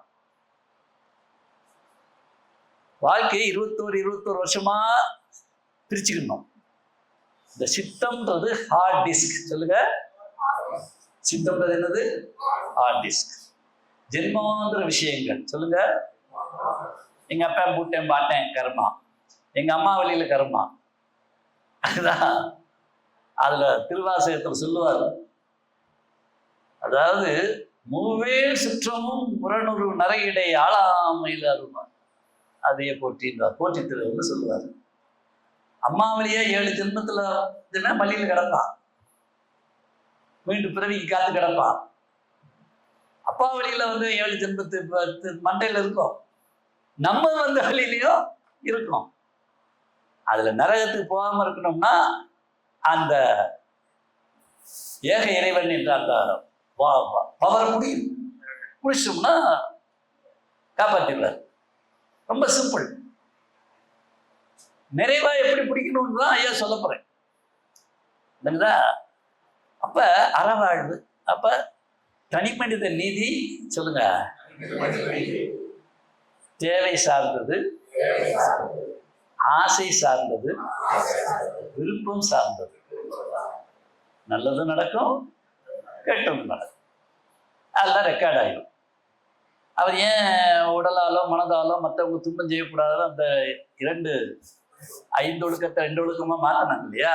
அது ஏன்னு கேட்டீங்கன்னா, ஒரு செயலால் மற்றவர்களுக்கு உண்மையான துன்பம் ஏற்பட்டு விட்டால் கர்மா ரெக்கார்ட் ஆயிடும். எங்க அப்பாவை பெற்றவன் எங்க தாத்தா, அவன் பேரத்தை எனக்கு வச்சிருக்கு. கனக சுப்புரத்தனம்ன்றது எங்க அப்பா வச்ச பேரு. பாவேந்தர் பாரதிதாசன் மீது ரொம்ப பற்று. அவரும் ஜெயிலில் இருந்தார். எது சுதந்திர போராட்ட வீரர். அதனால ஜெயில் ஒன்றும் வேறமா நினைச்சிடாதீங்க. அவரும் விடுதலை போராட்ட வீரர். 18 வயசுலயே அந்த போராட்டத்தில் ஈடுபட்டு பெரிய பெரிய ஆளுங்க, காமராஜ் போன்ற பெரிய ஆளுங்களோட சிறையில் இருந்தவர். அப்ப அங்க பாரதியார் பாவேந்தர் பாட்டை படிச்சுட்டு பாவேந்தர் பாட்டு மேல இருந்த ஆசையினால அவருடைய ஒரிஜினல் பேரை, நம்ம பின்னாடி கல்யாணம் நடக்கும், நமக்கு ஒரு ஆம்பளை பிள்ளை பிறக்கும், இவர் பேரை வைக்கணும்ட்டு அவருடைய இயற்பெயர் சுப்புரத்னம். சொல்லுங்க, அவங்க அப்பா பேரு கனக சபாபதி முதலியார். அவர் எப்பயுமே கனக புள்ளி வச்சு சுப்புரத்னம் அப்படின்னு எழுதுவார். கை கந்தசாமி அப்படின்னு எழுதுற மாதிரி சுபமுத்துராமன், சுப வீரபாண்டியன் அப்படின்னு அவங்க அப்பா பேர் சுப்பையா செட்டியாரை சேர்த்து வைக்கிற மாதிரி அவரு கனக சுப்புரத்னம்னு எழுதுவார். எங்க அப்பா அதை சேர்த்து கனக சுப்புரத்னம்னே வச்சிருந்து நினைச்சாரு. ஆனா பிறந்தவொன்னு வச்ச பேர் அந்த தாத்தன் பேர் தான். தாத்தன் பேரு. அந்த தாத்தன் என்ன செஞ்சாரு, சிவன் கோயில் தக்காரா இருந்தாரு. ஒரு பிரச்சனை உரமுறையில வந்துச்சு. இவர் சொன்னதை மக்கள் கேட்க மாட்டாங்க, உரமுறையில கேட்க மாட்டாங்க. உடனே என்ன சொன்னாரு, டேய் நான் சொன்னதை கேட்க தண்டியும் கோயில் மூடி இருக்கட்டும், அப்புறம் எல்லாம் முடிவு பண்ணிட்டு பார்த்துக்கலான்னு சாவியை கொண்டு போயிட்டார். கோயில் சாவி, சிவன் கோயில், சித்தர் அடங்கிய சிவன் கோயில். எல்லா மக்கள் வெளியில காத்து கிடக்காங்க. வெள்ளிக்கிழமை ஆச்சு, கோயில் திறக்கல. ஏன் திறக்கல? ஊருக்குள்ள எதுவும் இளவு விழுந்துருச்சா? ஊர்ல ஏதாவது மரணம் ஆயிடுச்சுன்னா கோயில் திறக்க மாட்டாங்க. அப்ப அப்படி ஆயிடுச்சா? அப்படிலாம் ஒண்ணும் இல்லை. என்னன்னு கேட்டா ஒரு சின்ன பிரச்சனை, தக்கார் சாவியை கொண்டு போயிட்டாரு. உடனே இந்த மக்கள்லாம் ஓடி போய் பக்கத்துல 1.5 கிலோமீட்டர்ல தான் டவுனு, அங்கதான் கடையில உட்காந்துருக்காரு ஒரு வியாபாரி, ஜவுளி வியாபாரி. போய் ஜமா முதலாளி கதை கோயிலுக்கு திறந்து விட்டுருவோம், மக்கள்லாம் அவலாதியா இருக்கு அப்படின்னு சொன்ன உடனே சரி இந்தா அப்படின்னு கொடுத்தாரு. நீங்க சொன்னதை கேட்டுக்கணும், முதல்ல சாவி கொடுங்க. பாருங்க, ஒருவேளை பூஜையை நிறுத்தினார். சிவன் கோயில் பூஜைய 30வது வயசுல ஒரு வேளை நிறுத்தினார். அவருடைய ஒரே பையனுக்கு 30வது வயசுல கண்ணு போயிடுச்சு. எங்க அப்பா பின்னாடி ரியலைஸ் பண்ணி சொல்றாரு, உன் தாத்தா கோயில் சிவன் கோயில ஒரு அந்த பூஜையை நிறுத்தினாரு, என் கண் போயிடுச்சுதான். ஏன்னா அந்த எங்க அப்பாவுக்கு திரிகால ஞானம் வந்துருச்சு. அறிவுடையார் ஆவதறிவார் வந்துருச்சு. The wise foresee what is to come. The unwise lack in that wisdom. அறிவுடைமை அதிகாரத்துல 7வது பாட்டு, 43வது அதிகாரம் 427வது குறள். அது அவருக்கு தெரிஞ்சிருச்சு என்னென்ன பிரச்சனைக்கு என்னென்ன காரணம். கர்மா, 3 வேளை கர்மா வந்துருச்சு. கர்மா ரெக்கார்ட் ஆகும். இது தனி மனித நீதி. அடுத்ததான் சமுதாய நீதி. சொல்லுங்க. அதுதான் தெய்வங்கள் நிர்வகிக்கும். சமுதாய நீதி யார் பார்ப்பாங்க? அது எதை வச்சு பார்க்கணும்னா தர்மத்தை வச்சுதான் பார்க்கும், அறத்தை வச்சுதான் பார்க்கணும். செயல் அறச்செயலா, அறத்துக்கு புறமான செயல். கண்ணகி சொன்ன மாதிரி போற்றா ஒழுக்கம் புரிந்தனைன்னு கோவலனை திட்டினான். அவன் சொன்னா, எப்படி வீட்டை விட்டு வராம மண்ணே பார்க்காத பாதத்தை உடைய வானவன்னு வந்துட்டே அப்படின்னு அவன் ரொம்ப உருக்கத்தோட சொன்னான். அப்ப அவர் சொன்ன முதல் வார்த்தையே போற்றா ஒழுக்கம் புரித்தனை. எந்த செய்யக்கூடாதோ அந்த அறத்துக்கு புறம்பான செயலை நீ செஞ்சிட்ட. என்னால அறவாணர்களை வரவேற்று அதிதிகளை பேண முடியல. இன்னைக்கு வந்து காலையில பேச அப்படிலாம் இன்னைக்கு உணவு தயாராவதின்னு வச்சிருக்காரு கூப்பிட்டு. அறவோர் கழித்தலும் அந்தனர் ஓம்பலும் இதெல்லாம் என்னை செய்ய விடாம நீ கெடுத்துட்ட. சரி, இனிமேலாவது ஒரு வாய்ப்பு கிடைக்குமோன்னு நான் உடனே வந்துட்டேன் அப்படின்னு அவன் பதில் சொல்றான். ஓகே. அதனால தெய்வ நீதியை யார் நிர்வகிக்கிறா? தெய்வங்கள் நிர்வகிக்கும். அதுக்கு பேர் தான் அறம். அதுக்கு பேர் தான் அறம். அதை புறம்பா நடந்தோம்னா ரெக்கார்ட் ஆயிடும். எதுவா இருந்தாலும் உடல் சார்ந்த துன்பங்களை பிறருக்கு செய்தால் சொல்லுங்க, உடம்புல ரெக்கார்ட் ஆயிடும். அது நோயாகவும் வேற வேற பிரச்சனைகளாகவும் ஆக்சிடென்டாகவும் கையொடியிருந்து காலொடியிருந்து இப்போ மாறும். உடலால் வருத்தினால் எதுல ரெக்கார்ட் ஆயிருக்கும்? மனசு புண்படும்படி வருத்திட்டோம்னு வச்சுக்கோங்க, பிரெயின்ல ரெக்கார்ட் பண்ணிடுவான் தெய்வங்கள். அதை போற்றி திருவள்ளி சொல்லுவாரு. அதனாலதான் அழுக வர்றது. இது 1700 வருஷத்துக்கு முன்னாடி எழுதுறாரு. கண்ணுக்கு தெரிய யானை முதல் எறும்பு ஈராக இவ்வளவு உயிரினங்கள், 84 லட்சம் வகையான உயிரினங்கள்ல மனுஷன்தான் உன்னை படைச்சதே பெரிய விஷயம்டா. அதுக்காக நீ வாழ்த்தணும்டா, போற்றணும்டா. யானை முதலா எறும்பு ஈராக ஊனமில் யோனியின் உள்விதை பிழைத்தும். இத்தனை யோனி இருக்கு, ஆனா உனக்கு ஒரு மனித யோனியில மனிதனா பிறக்க வச்சாரு பாருங்க. அதுக்காக வணங்குடா. அது பிறகு ஈனமில் கிருமி, கிருமியா தான் நுழைஞ்சு அம்மா வயிற்றுக்குள்ள நீ போன, உனக்கு பிறவி கற்பை அமைஞ்சது. இந்த கோடிக்கணக்கான கிருமியை நீந்தி போகும்போது உனக்கு முந்தி ஒரு கிருமி நுழைஞ்சிருந்ததுன்னா உனக்கு பிறப்பு கிடையாது. அப்பயும் உன்னை பிறக்க வைக்கிறதுக்காக உன்னை முந்தி கொண்டு வந்து ஈசன்ட்டார். அதுக்காக வாழ்க்கை. ஏன் போற்றணுன்றதுக்காக தான் போற்றி பாதி ஏன் போற்றணும்னு சொல்லுவாரு, மீதி போற்றி பாடுவார். அதுல நமக்கு தெரிஞ்சது 2 போற்றி. தென்னாட்டுடைய எந்நாட்டவருக்கும் அதுலயும் 50% டிஸ்கவுண்ட். ஒருத்தன் தென்னாடுடைய சிவனே போற்றிட்டுவான், பின்னாடி வல்லவெல்லாம் என்ன சொல்லுவான், தென்னாட்டவருக்கு. இவர் தென்னாடுடைய சொல்ல மாட்டாரு, அவர் எந்நாட்டவருக்கு தான் சொல்லுவார். என்னப்பா எதுலதான் டிஸ்கவுண்ட்னு ஒரு கணக்கு கிடையாது. 100 லட்சம் போற்றி எழுதி வச்சிருக்க அவர் சொல்லாரு, 2 போற்றி அதுல 50% டிஸ்கவுண்ட் நீ சொல்லிட்டு முடியும். ஒரு முறை கேளுங்கள், படிச்சாலாம் வராது. இந்த ராகத்தோட கேட்கணும். அதுக்கு தான் அந்த பென்ட்ரைவை வெளியிட்டேன். நான் உணர்ந்து வெளியிட்டேன், பெருமைக்கு இல்லை. இன்னைக்கு சைவ சித்தாந்தம் உலகம் பூரா பரவுனதுக்கு, திருவாசகம் எங்க பார்த்தாலும் ஒலிக்கிறதுக்கு, அந்த ரமணி பாடின பாட்டை எங்க பார்த்தாலும் இன்னைக்கு கேட்கறதுக்கு நான் தான் முதல்ல விதை போட்டேன் 1998. அதுவும் 22 வருஷமா 25 வருஷமா நடந்த வேலை, 27 வருஷமா. இவனுக்கு சித்தர் பாடல் தெரியாது, அதை வீரமணின்னு ஒருத்தர் பாடினாரு, அது ஒன்றும் விலையாகல. அதை ஒருத்தர் வெளியிட்டு சமாதியானார், ஒரு ரயில்வே ஆபீசர். அவர் என் கையில சொன்னார். அதை உலகம் பூரா வெளியிட்டு, புதுமை சித்தர் எல்லா சித்தர் பாடலையும் வெளியிட்டு, இப்போ உலகம் பூரா அது ரொம்ப ஃபேமஸ் ஆயிடுச்சு.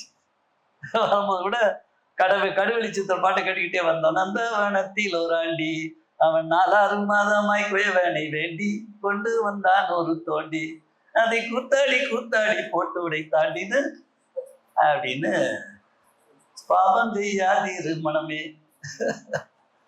அப்படின்னு ஆரம்பிக்கும். ஐயா தான் உலகம் பூரா கொண்டு போய், இதெல்லாம் அவர் ஈசன் கொடுத்த அசைன்மெண்ட், இதெல்லாம் செய்யடான்னு செஞ்சுட்டேன், அவ்வளவுதான். நல்லா புரிஞ்சுக்கணும். ரொம்ப simple. Life is so simple. தெய்வ நீதி என்பது அறம். தெய்வ நீதி என்பது அறம். தெய்வங்கள் அதை பார்க்கும், நம்மளை விடாது. மும்மூர்த்திகளும் விடமாட்டாங்க, 5 மூர்த்திகளும் விட மாட்டாங்க. ரைட். அப்ப என்ன சார் செய்யுது? அப்ப தெய்வ நீதியில நம்ம வாழலை, நிறைய தப்பு பண்ணிட்டோம், அப்ப அதை நம்ம அதுக்கு கட்டுப்படுத்த ஆகணுமா அப்படின்னு கேட்டா, 3வது ஒரு நீதி இருக்கு. சொல்லுங்க, 3வது ஒரு நீதி. அந்த நீதி எல்லைக்குள்ள வந்துட்டீங்கன்னு வச்சுங்க, சூப்புன்னு தொடச்சிருவாரு இத்தனையும். எப்படி? தூக்கிய திருவடியில அந்த பெரு விரலை வச்சு தொடப்பாராம். எப்படி? தூக்கிய நடராஜ பெருமான் தூக்கிய திருவடி இருக்கு இல்லையா, அந்த பெரு விரலை வச்சு. ஏன்னா அந்த பெருவிரல் வழியாத்தான் உண்டமா அந்த உச்சிக்குழியில இறக்குனார் அந்த ஆன்மாவை. அதனாலதான் பிறந்தவொடனே எது துடிக்குது? உச்சிக்குழி துடிக்கும். உள்ள சொருகிட்டு மூடிடுவார். உயிர், உடல் தத்துவம். சொல்லுங்க, உயிர் தத்துவம், மனோ தத்துவம், அறிவு தத்துவம், கர்ம வினை பேக்கேஜ் தொப்புள் வழியா நுழையும். எப்படி? நர்சமா வெளியே வந்தோன்னு தொப்புல கட் பண்ண உடனே உள்ள நுழைஞ்சிடும், காத்தோட சேர்த்து உள்ள நுழையும். முதுகு தண்டு வழியா ஏறும், அதான் குண்டலினி. ஏறி உச்சிக்கு வரும். உச்சிக்கு வரும்போது இந்த பேக்கேஜ் வந்துடும். இந்த பேக்கேஜ்ல என்னென்ன இருக்கு? உடல், உயிர், மனம், அறிவு, கர்மாவை சேர்த்து வச்சிருக்கிறது சித்தம், ஹார்டிஸ்க்கு. இத்தனையும் முதுகுத்தல் ஏறி உச்சிக்கு வரும். ஈசன் அந்த வெட்ட வெளி சுத்த வெளியாகிய ஆன்மாவை பெருவிரல் வெளியாத்தே இறக்குவார். அந்த சுத்த வெளி நடுவுல இருக்க சுத்தி ஜோதி மூடிக்கும். இப்ப சாமி சுத்தி என்ன போட்டிருக்கோம்? அப்படி ஒளி வட்டம் இருக்க மாதிரி போடுறோம் இல்லையா? தேசநாதர் இருக்காம சுத்தி ஒரு ஒளி வட்டம், வள்ளலா இருக்காம சுத்தி ஒரு ஒளி வட்டம். இந்த ஒளிவட்டமாக இருப்பது உயிர். நடுவுல இருக்க சுத்த வெளிதான் ஆன்மா. சுத்த வெளிதான் ஆன்மா. அப்ப அதை இறக்கிட்டு மூடிடுவாரு. 2 அறுத்தடைத்த வாசல். சொல்லுங்க, தொப்புள், உச்சி. இதுல ஒரு பேக்கேஜ அறுத்து உள்ள அனுப்பிட்டு மூடிட்டாங்க. இங்க ஒரு பேக்கேஜ உள்ள அனுப்பிட்டு மூடிட்டாங்க. 2 அறுத்தடைத்த வாசல் நமக்கு இருக்கு. சகசிராரம் ஓப்பன் ஆன உடனே முதல்ல இங்கதான் ஒரு குருநாதர் தன்னுடைய ஜோதியை அங்க ஏற்றுவார். அது இங்க துரியத்துக்கு வரும். துரியம் நீங்க பொட்டு வைக்கிற இடம், மாதர்கள் பொட்டு வைக்கிற சக்தி பீடம். சொல்லுங்க. ஆமா, இந்த வகுடு சகசிராரம் உச்சி, துரியாதீதம். இது தாண்டி உச்சி. அது அங்க வரும்போது மறுபடியும் பிளிங்க் ஆகும், ஜோதி தெரியும். அப்போ உங்களுக்கு அது உச்சி ஓப்பன் ஆயிடுச்சுன்னு அர்த்தம். சரிங்களா? ஆமா, அவ்வளவுதான். ரொம்ப சிம்பிள். இந்த உச்சிக்கும் இறைவனுக்கு இடையில சொல்லுங்க, சொல்லுங்க, ஒரு வயர் இருக்கு. அது என்ன வயர்னா தங்க வயர், கோல்டன் காஸ். சொல்லுங்க. அது வயர்னா கம்பி நினைச்சிடாதீங்க, ஒளி பாலம். சொல்லுங்க, தங்க ஒளி பாலம். ஆமா, அது பொன்னம்பலம். இங்க இருந்து அங்க ஈசனோட இருக்கும். அவர் தான் அதை வச்சுட்டு தான் ஆட்டுவார் நம்மள. தொப்புளுக்கும் தெய்வங்களுக்கு இடையில ஒரு பாலம் இருக்கு, அது வெள்ளி பாலம். சொல்லுங்க, சில்வர் காஸ். சில்வர் தெய்வங்களை இணைக்கும், தங்கம் யாரை இணைக்கும்? ஏக இறைவனையே இணைக்கும். அதை எப்படி ஓபன் பண்றது, எப்படி பார்க்கறதுன்றத ரகசியம் பூரா திருமூல திருமந்திரத்தில் இருக்கும், திருவருட்பால இருக்கும், திருவாசகத்தில் இருக்கும், தேவாரத்தில் இருக்கும், திருக்குறள்ல இருக்கும். யமனை ஜெயிக்கலாம்ன்ற ரகசியத்தை சொன்னார் பாருங்க. தவம் அதிகாரத்துல 9வது பாட்டு அரண்டு போயிட்டேன். 4வது பாட்டுல சொன்னாரு, தவம் கைகூடினால், சொல்லுங்க, வேண்டியவனை வாழ வைக்கலாம், வேண்டாதவனை போட்டு தெளியலான்னு. வரமும் தர முடியும், சாபமும் தர முடியும். தவம் அதிகாரத்தில் 4வது பாட்டு, தவ அதிகாரம் 27, 4வது பாட்டு 4, 264. ஒன்னார் திரளும், சொல்லுங்க, அப்படின்னு என்ன அர்த்தம்? வேண்டாதவன தீயோரை சூரசம்ஹாரம் பண்றதும், உவந்தாரை ஆக்கலும், நல்லவங்களை அறவாணர்களை நல்ல எண்ணம் உள்ளவங்களை தூக்கி விடுறதும். எண்ணின், சொல்லுங்க, நீ ஒன்றும் செய்ய வேண்டாம், நினைச்சா போதுன்னாரு. எண்ணின் தவத்தான் வரும்.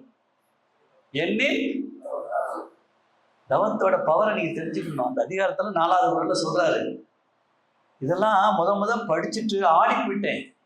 நீங்க அப்ப வாழ்ந்த காலத்துல இதெல்லாம் படிச்சது இல்லை. கூட போவேன், கண் பார்வை தெரியாதது கூட போறதுதான். பேசுறத கேட்பேன், ஒன்றும் ஒட்டாது. ஏதோ நம்மளை காப்பாத்துறதுக்கா வயிற்று பிழப்புக்கா ஒரு நம்ம கூட போறோம், அவ்வளவுதான். இது அவ்வளவுதான், அதுக்கு மேல சிந்தனை இருக்காது. அப்புறம் நான் அதை செய்யணுன்ற சூழ்நிலை வந்து அது படிக்க ஆரம்பிச்ச உடனேதான் பட்டீர் உள்ள தெரிக்குது. இப்படி சொல்லியிருக்காரு, அப்படி சொல்லியிருக்காரு. அடுத்த குறள்லயே சொல்லிட்டாரு, அடே தவம் செஞ்சேன்னா, எதுக்கு தவம் செய்ய சொல்றேன்னா, நீ நினைச்சதெல்லாம் நினைச்சபடி நடக்கும்ட்டாரு. என்னது நினைச்சதெல்லாம் நினைச்சபடி நடக்கும்னா, நினைச்சதெல்லாம் நினைச்சபடி நடக்குமா?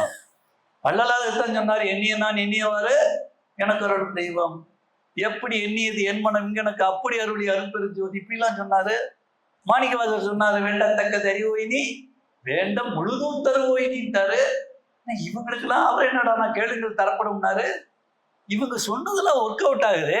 இவரும் சொல்றாரு, வேண்டிய வேண்டியாங்கு எய்தலாம். 265 புத்தகம் வாங்குறவங்களுக்கு இந்த குறள் தான் மெயினா எழுதி நான் கையெழுத்து போட்டு தருவேன். செய்தவம், சொல்லுங்க, ஈண்டு முயலப்படும். ஏன் தவம் செய்ய சொல்றேன்னா, நினைச்சபடி அவர் கிடைச்சிருக்கு. என்ன தவம் செய்தார். அப்பதான் தவம்ன்றது. அப்புறம் தான் மகரிஷியை பார்த்தது, ஆர்டாப்லிங் போனது, ஜக்கிட்ட போனது, நித்திட்ட போனது, நெய்வேலி சாலைக்கு போனது, ஓங்காரக்குடி துறையூருக்கு போனது. போகாத இடமே கிடையாது. ஈசன் எல்லா இடத்துக்கும் அனுப்பினார். அனுப்பி நின்று பார்த்துக்கிட்டே இருப்பார். எனக்கு தெரியாது இந்த ஆள் அனுப்பிட்டு பார்த்துக்கிட்டு இருக்காரு. எல்லாம் போவேன், ஒரு கட்ட வரைக்கும் போவேன். சில விஷயங்கள் எனக்கு முரண்பாடா தெரியும், சொல்லிவேன். சரி விடு, இந்த அங்கே போய் பாருன்றாரு. அப்புறம் அங்கே போய் பார்ப்பேன். ஆனால் ஒரு இடத்துலையும் ஒரு விஷயம் எனக்கு கொஞ்சம், வள்ளலாருக்கு மட்டும் எனக்கு எதுவுமே தெரியல. அவர் சொன்ன விஷயத்துல மட்டும் ஒரு குறையே இல்லை, கரெக்டா சொன்னாரு. எப்படி ரீச் ஆகிறது அப்படின்னு. அப்ப அவர் வந்து முழுமையா திருமூலர், வள்ளலார், மாணிக்கவாசகர் இவங்கெல்லாம் டிசப்பியரன்ஸ் வரைக்கும் சொல்லிட்டாங்க. பணமா போட்டு போகாத, சுப்புன்னு டிசப்பியர் ஆகு அப்படின்ற வரைக்கும் அவங்க சொல்லிட்டு போயிட்டாங்க. அப்ப இதுதான் டாப் மோஸ்ட் வழி, மிச்சதெல்லாம் அறவரை அப்படின்னு தெரிஞ்சிருச்சு. அப்புறம் தான் அந்த ஆளை சிக்கன் பிடிச்சிக்கிட்டேன். சாமி என்னை விட்றாத, நான் பிடிக்கல, அந்த ஆள் வந்து பிடிச்சிக்கிட்டோம்னு நினைக்கல. அது பேய் பிடிக்கிற மாதிரி. சொல்லுங்க, பேய் பிடிச்சா சொல்லுங்க உயிரை எடுக்காம விடாது. ஈசன் பிடிச்சாலும் ஆமா முக்தி தராம விட மாட்டார். ரெண்டும் ஒண்ணுதான். இவன் பிடிச்சான்னா அது ஒரு ஆனந்தமான விஷயம். எல்லாம் ஜாலியா நடக்கும். வயசானதும் தெரியாது, எவ்வளவு நாளும் முதுமை வராது, இளமை அப்படி இருக்கும், அழகு அப்படி இருக்கும், ஆற்றல் அப்படி இருக்கும், எல்லாம் அப்படி இருக்கும். ரொம்ப சந்தோஷம். அவருக்கு சொன்னேன், இன்னும் ஒவ்வொரு 21 வயசுக்கு ஆர்டிஸ்ட்க்கு மாற்றுவாங்க. முதல் 21 வருஷம் சொல்லுங்க விதி வழி வாழ்க்கை. கர்மா பேஸ்ட். பிள்ளைங்க 21 வயசு கீழே விழுவும், எந்திரிக்கும், அடிபடும், பாடுவோம், எல்லாம் நடக்கும். அடுத்த 21 வயசு மதிவெளி வாழ்க்கை. 42 வரைக்கும் அவன் பிஏ, எம்ஏ, எம்பில் அது இது படித்து ஐஏஎஸ், ஐபிஎஸ் படிச்சுட்டு அதை வச்சு ஒரு ஜாப்பை வாங்கிட்டு அது வெளியே வாழ்ந்துட்டு இருப்பாங்க. நல்லா சம்பாதிக்கணும், அப்படியே அவங்க பேர் வரணும், புகழ் வரணும், அதுக்காக உழைச்சிட்டு இருப்பாங்க. அது மதிவெளி வாழ்க்கை. அதுவும் நிலையானது அல்ல. 42 தாண்டின உடனே ஹார்ட் டிஸ்கை மாற்றுவானுங்க. 63 வரைக்கும் அந்த ஹார்ட் டிஸ்கை மாற்றும் போது உஷாராகணும். என்ன உஷாராகணும்னா, 3வது ஹார்ட் டிஸ்க்கு சொல்லுங்க, கதி வழி வாழ்க்கை. கதினா ரூட்டு. அந்த ஈசனை பிடிக்கிற ரூட்டை, சாகா கல்வி ரூட்டை பிடிக்கணும். நீங்கெல்லாம் பிடிச்சிட்டீங்க, அதுக்காக உங்களுக்கு ஒரு கைதட்டு கொடுத்துங்க. கதியை பிடிச்சிட்டீங்க இல்ல, ஒரு மகான இறுக்கி பிடிச்சிட்டீங்களா? அப்பழுக்கற்ற மகான் வள்ளலார் அன்னைக்கு 150 வருஷத்துக்கு முன்னாடி வாழ்ந்த மகான், மகரிஷி இன்னைக்கு வாழ்ந்த மகான். அதை சயின்டிஃபிக்காக அவங்க சொல்லி கொடுத்துட்டு போயிட்டார். கரெக்டாக சொல்லிட்டார். இது எப்படி இயங்குது, எப்படி கொண்டு போய் டெஸ்டினேஷனில் சேர்க்கணும். தன்னையே தியாகம் பண்ணி சொல்லி கொடுத்தார். அதுக்காக தன்னையே தியாகம் பண்ணார். விடாத உழைப்பு, விடாத உழைப்பு. 85 95 வயசு வரைக்கும் விடாத உழைப்பு. ரைட்டு. அதனால 2வது 3வது ஹார்ட் டிஸ்க்கு என்ன வழி? கதி. கதி அந்நேரம் பிடிக்கணும். அதுக்கு சில போலி சாமியார்களும் சிக்குவேன். இவங்களை விட்டு இவங்கெல்லாம் என்னை வாங்கன்னு கூப்பிட்டாங்க. நல்ல கெட்டிக்காரங்களா இருக்கீங்க கூப்பிட்டாங்க. ஏன் போகல? ஒருத்தன்ட்ட போனோன்னா அவன் சொன்னா முதல்ல எல்லாம் கரெக்டாக தான் பேசினாங்க. முதல் பயிற்சி ஓகே, 2வது பயிற்சி 3வது பயிற்சி போன உடனே அவனே வணங்க சொல்லிட்டான். அவன் பேரு ஜெகதீஷ் வாசுதேவனா, ஜெகதீஷாய நமக வாசுதேவாய நமகன்னா, அடே என்னடா சிவனை வணங்க சொல்லிட்டு கூப்பிட்ட, கடைசியில் ஒன்றை வணங்க சொல்லு. இன்னொன்ட்ட போனா நித்யானந்தா நித்யானந்தா நித்யா. என்னங்கடா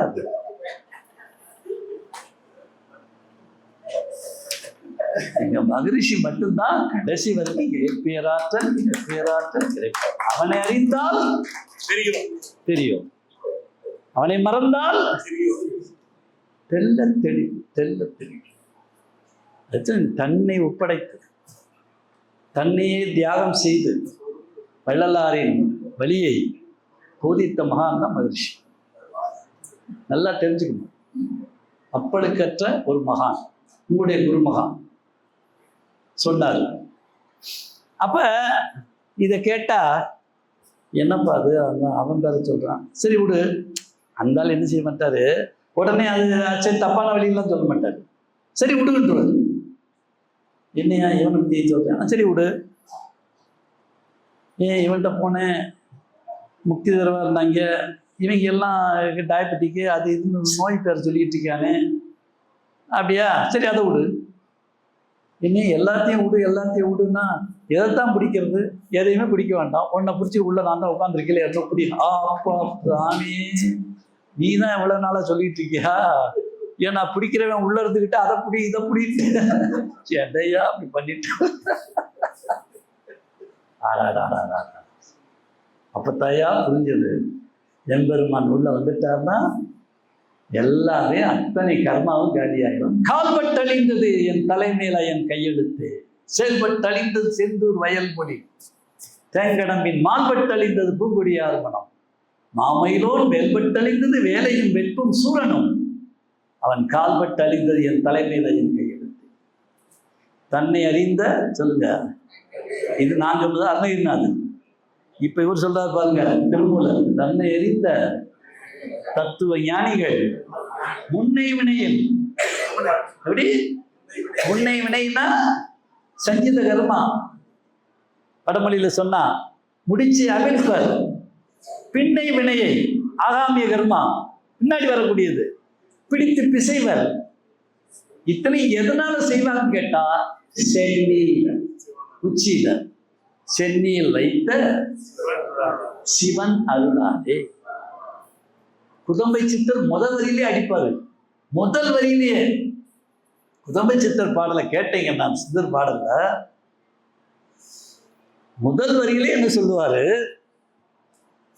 பூரணம் கண்டோரி பூமியிலே வர காரணம் இல்லையடி, குதம்பாய் காரணம் இல்லையடி. பூரணம் கண்டோர் சொல்லுங்க, அது என்ன பூரணம்? பரிபூரணம். இறைவன் யாரு? பரிபூரணன். இப்ப நீங்க கொழுக்கட்டை செய்றீங்க, மோதகம் உள்ள என்ன வைக்கிறீங்க? பூரணம் வைக்கிறீங்க. அது எப்படி இருக்கு? இனிப்பா இருக்கு. சுத்தி என்ன வைக்கிறீங்க? மாவு வைக்கிறீங்க. அது இன்னைக்குதா? சப்புன்னு இருக்கு. உப்பும் கிடையாது, ஒண்ணும் கிடையாது. ஆனா உள்ள பாத்தீங்களா எப்படி சொன்னா பாருங்க. தமிழே பலகாரத்திலே வச்சிருக்காம பாருங்க கடவுளை. பூரணம் கண்டோரி பூமியிலே வர காரணம். திரும்ப பூமிக்கு வர வேண்டாம்டா, ஏன் இந்த கர்மால உலத்திட்டு கிடக்க? அவனை பார்த்துரு, ஈசனை பாடுறா. ஃப்ரீ தானே? ஃப்ரீனா தான் நீ எங்க வேணாலும் போயிருவேல, எது கொடுத்தாலும் வாங்கிடுவேல. இந்த அவன் தான் ஃப்ரீயா தான் இருக்கான், போக வேண்டியதானே? பூரணம் கண்டோரி பூமியிலே வர காரணம் இல்லையடி, குதம்பாய் காரணம் இல்லையடி. பொங்காலம் நீங்க நட்பூரணம் கண்டோருக்கு சாங்காலம் இல்லையடி, குதம்பாய் சாங்காலம் இல்லையடி. எல்லாம் போகிற காலம். இளமை போகுது, அழகு போகுது, ஆற்றல் போகுது, திறமை போகுது, வயசு போகுது, செல்வம் போகுது, எல்லாம் உறவுகள் போகுது. இந்த போங்காலத்தை நிறுத்திட்டேன்னா சாங்காலம், சாவு வராதுனாட்டார். சாவு வரக்கூடாது, போங்காலம் நிக்கிறோம்னா பூரணத்தை பார்த்து. பொங்காலம் நீங்க நட்பூரணம் கண்டோருக்கு சாங்காலம் இல்லையடி, குதம்பாய் சாங்காலம் இல்லையடி. செத்து பிறக்கின்ற தேவை துதிப்போர்க்கு முக்தி தான் இல்லையடி. செத்து செத்து பிழைக்கிறவனை வணங்கிட்டு உட்கார்ந்துருக்காத. அவன் தெய்வங்கள் எல்லாமே போகும் வரும், அதெல்லாம் நம்பாத. ஆதியும் அந்தமும் இல்லா அருட்பெரும் ஜோதி, ஆதியும் அந்தமும் இல்லா அரும்பெரும் ஜோதியை நான் பாடன்னு திருவெம்பாவையில் பாடுவார் மாணிக்கவாசகர். முதல் வரியே அதுதான். அவர் அரும்பெரும் ஜோதினாரு, வள்ளலார் அதுக்கு என்ன பேர் வச்சாரு? அருட்பெரும் ஜோதினார். இம்மன்னாவை இத்தனாக்குனார், அவ்வளவுதான். ஆனா விஷயம் ஒண்ணுதான், விஷயம் ஒண்ணுதான். அதை பார்க்கணும். இதான் குதம்பை சித்தர் பாடல் எடுத்தோன்னு பிடித்த ஆரம்பிப்பார். அதனால ஐயா சொல்ல விரும்புறது, உச்சியை பிடிச்சிடணும். சொல்லுங்க, எந்நேரம் கண்களை சொல்லுங்க. மகாவதார பாபாஜி மாதிரி குரு மத்தியில ஆக்ஞா பீடத்துல கட்டியே இருக்கணும். அது ஒரு நாள் 2 நாள்லாம் கிடையாது, எந்நேரமும் என்ன இங்க இருக்கணும். தூங்கும்போது சொல்லுங்க, கண்ணை அப்படி தூக்கிட்டு தான் தூங்கணும், இங்கேயே பார்த்துக்கிட்டு தான் தூங்கணும். டெக்னிக் சொல்றீங்க, வச்சுங்க. நாக்க மடக்கிடணும். சொல்லுங்க, இழ் சொல்லுங்க. தமிழ் அது என்ன நகரம்? உலகத்தில் எந்த மொழியிலும் அது கிடையாது. அதனாலதான் சிறப்பு நகரம்னு பேர். ஈசன் உருவாக்கிய மொழி தமிழ், ஈசன் உருவாக்கிய சமயம் சைவ நெறி. அதுதான் வள்ளலார் சொன்னார். உயிர் கொலையும் சொல்லுங்க, கொலை புசிப்பும். கொலை பண்றவன், கொலை பண்ண அந்த திங்கிறவன். உயிர்கொலையும் கொலை புசிப்பும் செய்பவர்கள் உறவினத்தார் அல்ல. டே, அவன் உறவு கிடையாதுடா, புற இனத்தார். என்ன இனத்தார்? கறி சாப்பிடலாம் சொல்லிட்டானாலே தள்ளி வச்சிரு. அவன் நம்மால் கிடையாது, ஈசன்ட்ட வரமாட்டான், இறைவனை பார்க்க மாட்டான். சொல்லுங்க, பிணவாடை உள்ளே இருக்கும் வரை சொல்லுங்க, இன்னொரு உயிரை கொண்டு தின்ன பிணவாடை உள்ளே இருக்கும் வரை எல்லா உயிர்களுக்கும் தந்தையான இறைவன் உள்ள வரமாட்டார். எட்ட நிற்பாரு. சிதாகாச பெருவெளியில ஒரு உயரத்துல தான் இருப்பார், உள்ள வரமாட்டார். என்ன பாருங்க, வெள்ளிக்கிழமை எல்லாம் இங்க பார்க்க மாட்டேன், புரட்டாசி மாதம் பார்க்க மாட்டேன். எனக்கு 3 வேளை இருக்கணும் நான்வெஜ்ஜு. ஒன்றும் இல்லாட்டி மேலே சீலாமீன் கருவாடை தொங்க விட்டுருப்பேன், சம்ப கடையில் போய் வாங்கி தொங்க விட்டுருப்பேன். எப்போ அன்னைக்கு ஒன்றும் இல்லை, அம்மா முட்டையை ஒரு ஆம்லெட் போடு, கருவாட்டை சுற்றி வை. நான்வெஜ் இல்லாமல் வாழ்றது ஒரு வாழ்க்கையா நினைச்சவன் இன்னைக்கு சைவத்தை பேசிட்டு இருக்கேன். ஏன் அதை சொல்லிட்டான். பிணவாடை போனாதான் உள்ள வரேன். அப்பயும் 7 வருஷம் முழுசும் போகாது, 7 வருஷம் ஆகும். இன்னைக்கு நீங்க சைவம் பண்ணீங்கன்னா பிணவாடை போறதுக்கு எத்தனை வருஷம் ஆகும்? 7 வருஷம். முந்தா நாள் தான் கத்தார்ல இருந்து ஒருத்தர் பேசினாரு. ஐயா அப்படின்னாரு, சொல்லுங்க பரம்பொருளேனாரு. ஐயா பரம்பொருள் விடுங்க, என்ன விஷயம்னு சொல்லுங்க. நான் உங்க அடிமை ஐயான்னாரு. கத்தாரில் இருக்கேன் ஐயா. என்ன ஐயா எப்படி அசைவம் சாப்பிட்டு எப்படி வாழ்ந்தாரு நீங்க சொல்ல கேட்டு இன்னமும் சொல்றாரு. சொல்றதெல்லாம் நல்லது மாதிரி தெரியுது அப்படின்னு நான் மாறி நீ சொன்ன மாதிரியே அந்த ஏக இறைவனாகிய சிவனை பிடிச்சி மந்திரத்தை உச்சரிச்சையா. என்னங்கய்யா இது மல்டி மில்லியனருங்கய்யா, நான் மல்டி மில்லியனர். இன்னைக்கு நான் சைவ நெறியாளர். உங்க சொல்ல கேட்டு திருச்சியில 300 பேர் உட்கார்ற ஒரு hall, AC hall, car parking வசதியோட வச்சிருக்கேன். உங்களுக்காக தான் கட்டியிருக்கேன். எப்போ வேணாலும் ஃப்ரீயா அந்த நிகழ்ச்சி நடத்துங்க, ஒத்த காசு வாங்க மாட்டாங்க சொல்றாரு. எங்க வேலை செய்து பார்த்தீங்களா? அதனால ரொம்ப சிம்பிள். இங்க தெய்வங்கள் வேலை செய்யும் சொல்லுங்க, இங்க சக்தி வேலை செய்யும். சக்தி வேலை செய்யறது எப்படி தெரியும்னு கேட்டீங்கன்னா சொல்லுங்க, நம்ம இந்த பீடத்துல சக்திக்கு வந்துட்டோம், அருள் பீடத்துக்கு வந்துட்டோம்னு வச்சுக்கோங்க. தனி மனித நீதி கர்மா சார்ந்தது, தெய்வ நீதி அறம் சார்ந்தது. இந்த சக்தி நீதி இருக்கே அமைதி சார்ந்தது சொல்லுங்க. ஒரு பெண் சக்தி மயம் ஆயிட்டான்னா எந்த நடந்தாலும் வாயை திறக்க மாட்டான். நீங்களும் வாயை திறக்க மாட்டீங்க. பார்ப்பீங்க, ரைட், கொஞ்சம் பொறுமையா இருப்போம், மாறும், இதுவும் மாறும் அப்படின்னு பொறுமையா தருப்பீங்க. கொஞ்சம் எடுத்துட மாட்டீங்க. அப்ப இங்க துரியாதீனத்துக்கு வந்துட்டீங்கன்னு அர்த்தம். துரியம் தாண்டி வந்தாச்சுன்னு அர்த்தம். போச்சுத்தொழில் சொல்லுவார், துரியமும் இறந்த சொல்லுங்க சுடரே போற்றி, துரியத்தை தாண்டி ஜோதியா ஒளிர்வோனே போற்றின்னு சொல்லுவார். அப்ப சக்தி அம்சம் இங்க இருக்கு. உச்சிக்கு வந்தாச்சுன்னா சிவாம்சம். இந்த சிவனோட நீதி இறை நீதின்றதுக்கு வந்துட்டோம்னு சொன்னா எல்லா கர்மாக்களும் சொல்லுங்க ஒரு நொடியில காலியா போயிடும். நான் கேட்டேன், ஏன் ஜானி எல்லாத்தையும் காலி பண்ணிட்டா ரைட்டு, எனக்கு சந்தோஷம்தான், இப்படி எல்லாருக்கும் காலி பண்ணிட வேண்டியதானே அப்படின்னு. அவன் எங்கே என்ன என் சொல்ல கேட்டான். அவன் அங்கே போகிறேன், இங்கே போகிறேன், கிரிவலம் போகிறேன்றான், அங்கே நடந்தே போகிறேன்றான், காவலியை சுரக்கிறேன், நாட்டில் வேலை கொடுக்குறான், இவ்வளோதானே சரியான். அவன் எங்கே என் மேலே ஐ லவ் யூ சொல்கிறான், எவன்டா என்னை நேசிக்கிறான் அப்படின்றாரு. சரி ஓகே. அப்போ அந்த சிஸ்டம் பிடிச்சிக்கணும். அவர் சொன்ன மாதிரி அந்த கொலை புலை தவிர்த்தல், தேகத்தில் சைவத்தை உண்டு பண்ணணும் இல்லைங்களா? சைவ மனதடி சொல்லுங்க, சொல்லுங்க அகப்பை தானாகி நின்றதடி. நீ சைவம் ஆயிட்டேன்னு தேகத்துல சைவம் வந்துருச்சுனாலே ஈசன் தான் உள்ள தானா மாறி சிவாம்சமா மாறிடுறார். புரியுதுங்களா? வள்ளலார் சொல்றதை பாடுங்க, சிவமே பொருள் என்று தேற்றி சொல்லுங்க, என்னை சிவவெளிக்கேறும் சிகரத்தில் ஏற்றி சிவமாக்கி கொண்டது பாரீர் திருச்சிற்றம்பலத்தே திருநட ஜோதி ஜோதியும் ஜோதியும் ஜோதி. என்னையே சிவமாக்கிருச்சுன்றாரு. அதே தானாகி நிற்றல். சைவம் அச்சுதடி அகப்பை தானாகி நின்றதடி.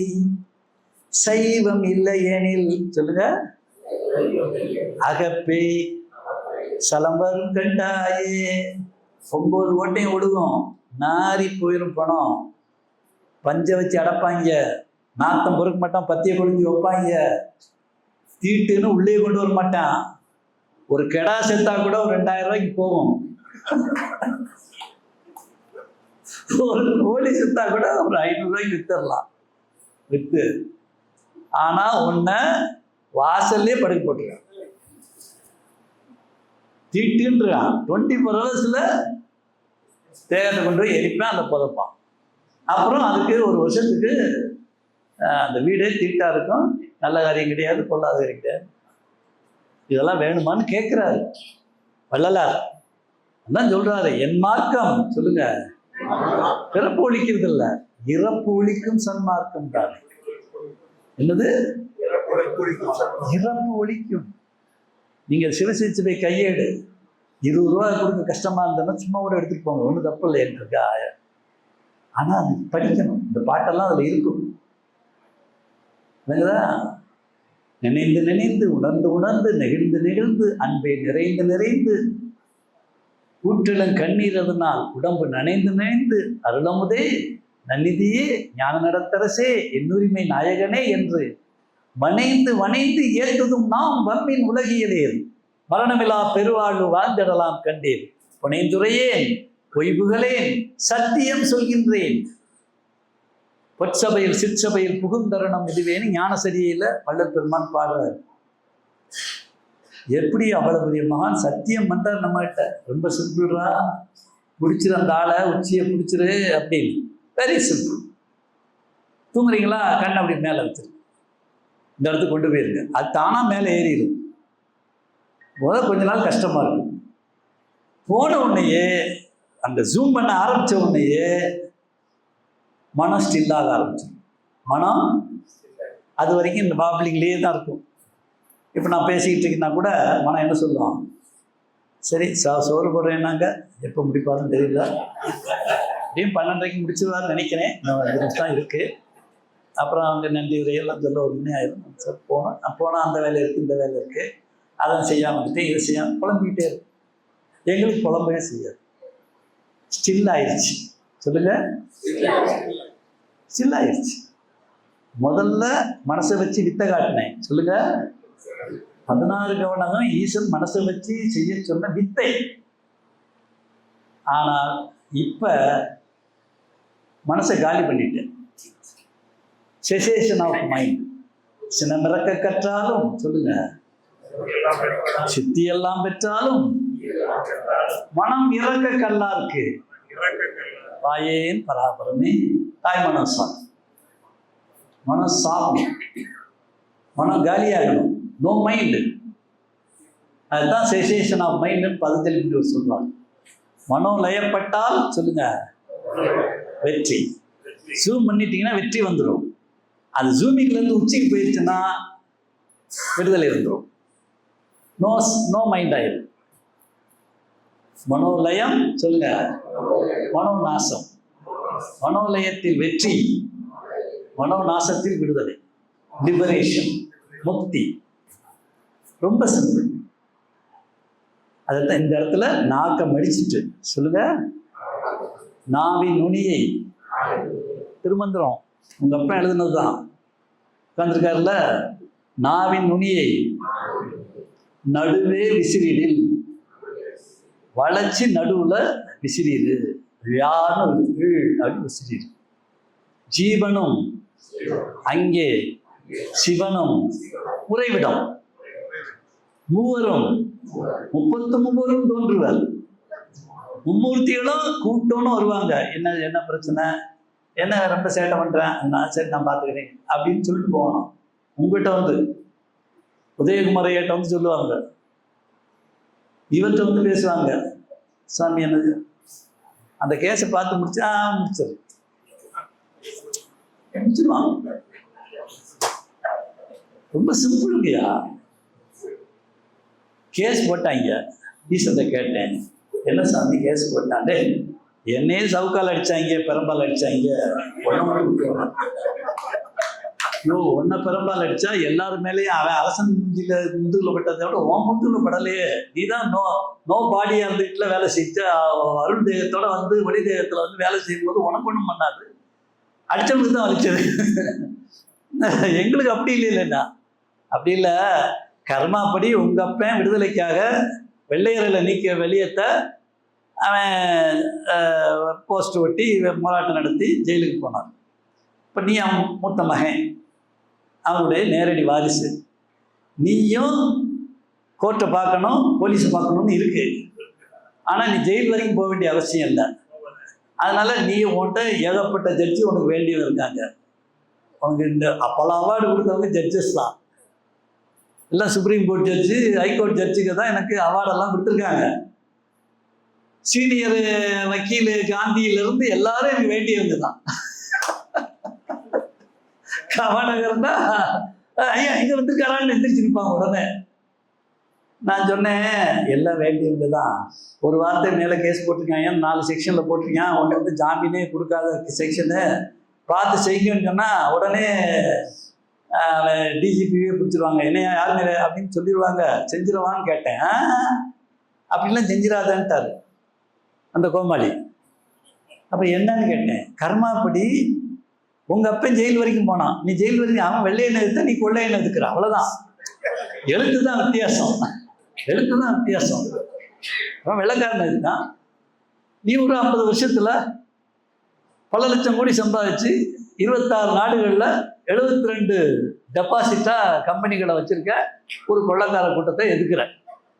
அது நான் சொல்லித்தான் எதுக்குறேன். எல்லாரும் என்ன நினைக்கிறாங்க, நான் ரொம்ப இப்போ பேசுகிற மாதிரிலாம் அந்த இலக்கணமெல்லாம் பேச மாட்டேன், கெட்ட வார்த்தை பேசுவேன். அவங்களுக்கு பட்ட பேர் வச்சதே நான் தான். எல்லாம் நினைக்கிறாங்க நானே பேசுனேன்னு நினைக்கிறாங்க. அவன் பேச சொன்னான் பேசுனேன். வார்த்தையெல்லாம் கெட்ட வார்த்தை எடுத்து கொடுத்தவன் யாரு? உங்கள் ஒப்பேன். அட்றாண்டாரு அடி, நீ அடிக்கிற அடியில் இருக்கும் அந்த வரைக்கும் போகும். நீங்கள்லாம் ஒத்துழைச்சா தான் நாங்கள் சூரசம்ஹாரம் பண்ண முடியும். நீங்கள் பேச வாய மூடிக்கிட்டீங்கன்னா நான் ஒன்றும் பண்ண முடியாது. அதெல்லாம் நீங்கள் ரிக்வெஸ்ட் பண்ணணும். தேவர்கள் முறையிட்டால் தான் அசுரனை மறைக்க முடியும். தேவர்கள்லாம் நீங்கள் முறையிடாமல் வாயை பற்றிக்கிட்டு சூப்பிக்கிட்டே உட்காந்துருந்தீங்கன்னா அவன் எப்படி சூரசம்ஹாரம் பண்ணுவான்? அவன் தான் இப்படி அறப்படி நடக்கணும்னா நீதிப்படி வளரணும். மக்கள் அல்லல் பட்டு சொல்லுங்க, ஆற்றாது அழுத கண்ணீர் என்றோ செல்வத்தை தேய்க்கும் படையினர். உன் கண்ணீரை அங்கே காமிக்கணும், உன்னுடைய வேண்டுதலை காமிக்கணும், உன்னுடைய எண்ணத்தை சொல்லணும். இதே என் பிள்ளைங்களாம் அப்படி கெட்டு போகுது, ஏன் இப்படி சாராயம் குடிச்சு பக்கத்து வீடு வீணா போச்சு, இந்த பையன் வீணா போகிறானே, ஏன் இப்படி எல்லாம் இப்போ சமுதாயத்தில் சீர்கேடு நடக்குது, என்ன அது நிர்வாகம், என்னையா பண்ணுற அப்படின்னு நீ கேட்டேன்னா தான் தெய்வங்கள் அப்படியே நினச்சி எழுந்திரிச்சு. எல்லாம் கேட்குறாங்க. எத்தனை பேர் கேட்குறேன்? சரி 2.5 கோடி பேர் கேட்டிருக்கேன் தமிழ்நாட்டில். சரி போட்டுருவோம், ஒரு நாளில் போட்டுருவோம். போடுறது அவனுக்கு பெரிய விஷயமே கிடையாது, சொல்லணும், சொல்லிக்கிட்டே இருக்கணும். ஒரு சரி அப்போ என்ன செய்யன்னு கேட்டேன். அவன் சொன்னதெல்லாம் செய்யி, அது உச்சத்துக்கு போனால் நான் பார்த்துக்கிறேன்ட்டார். சரி ஓகேன்ட்டேன். போனேன், ஒன்றும் பிரச்சனை இல்லை. கோர்ட்டுக்கு போனேன். அந்த கோர்ட்டுக்கு போயின்னா அந்த பார் கவுன்சிலே நிகழ்ச்சி நடத்திருக்கேன், ஸ்பீச் 3 மணி நேரம் கொடுத்துருக்கேன். அதில் ஒரு ஜட்ஜு தான் இளவட்டமாக உட்காந்துருக்காரு. அவர் பார்த்துட்டு என்னோட லாயர் துணை லாயர் அங்கே நின்றுருக்காரு. பக்கத்தில் இருக்கிறது அந்த ஃபைல் பார்த்து பண்ணுங்க, பெரிய ஸ்பிரிச்சுவல் மனாச்சு இவர் தானே ஐயா அப்படின்னு கேட்டிருக்காரு. அது யூடியூப் கேஸு திட்டி பேசிட்டாராம். நாடா சரி என்னைக்குமே அவரை காக்க வைக்காத, முதல்ல வந்து நிப்பாட்டிட்டு அனுப்பி 30 பேர் இருப்பேன், 30வது ஆளெல்லாம் கூப்பிடாது. அவர் வந்தாருன்னா நான் வந்து உட்காந்தோன்னா முதல் ஆளாக ஆச்சு. ஓகே, ஏன்னா அங்கே ஜாமீன்னு சொன்னால் தினம் நான் மூஞ்ச காமிக்கணும், அந்த கோர்ட்டில் இங்கே தான் இருக்கேன் அப்படின்னு சொல்லி ஓகே, அது பிரச்சனை இல்லை. எதுக்கு சொல்கிறேன்னு கேட்டிங்கன்னா, அவரை ஈச்சண்டை கேட்டேன். அது முடிஞ்சிச்சுன்னா அந்த கர்மாவை கழிஞ்சிருச்சு.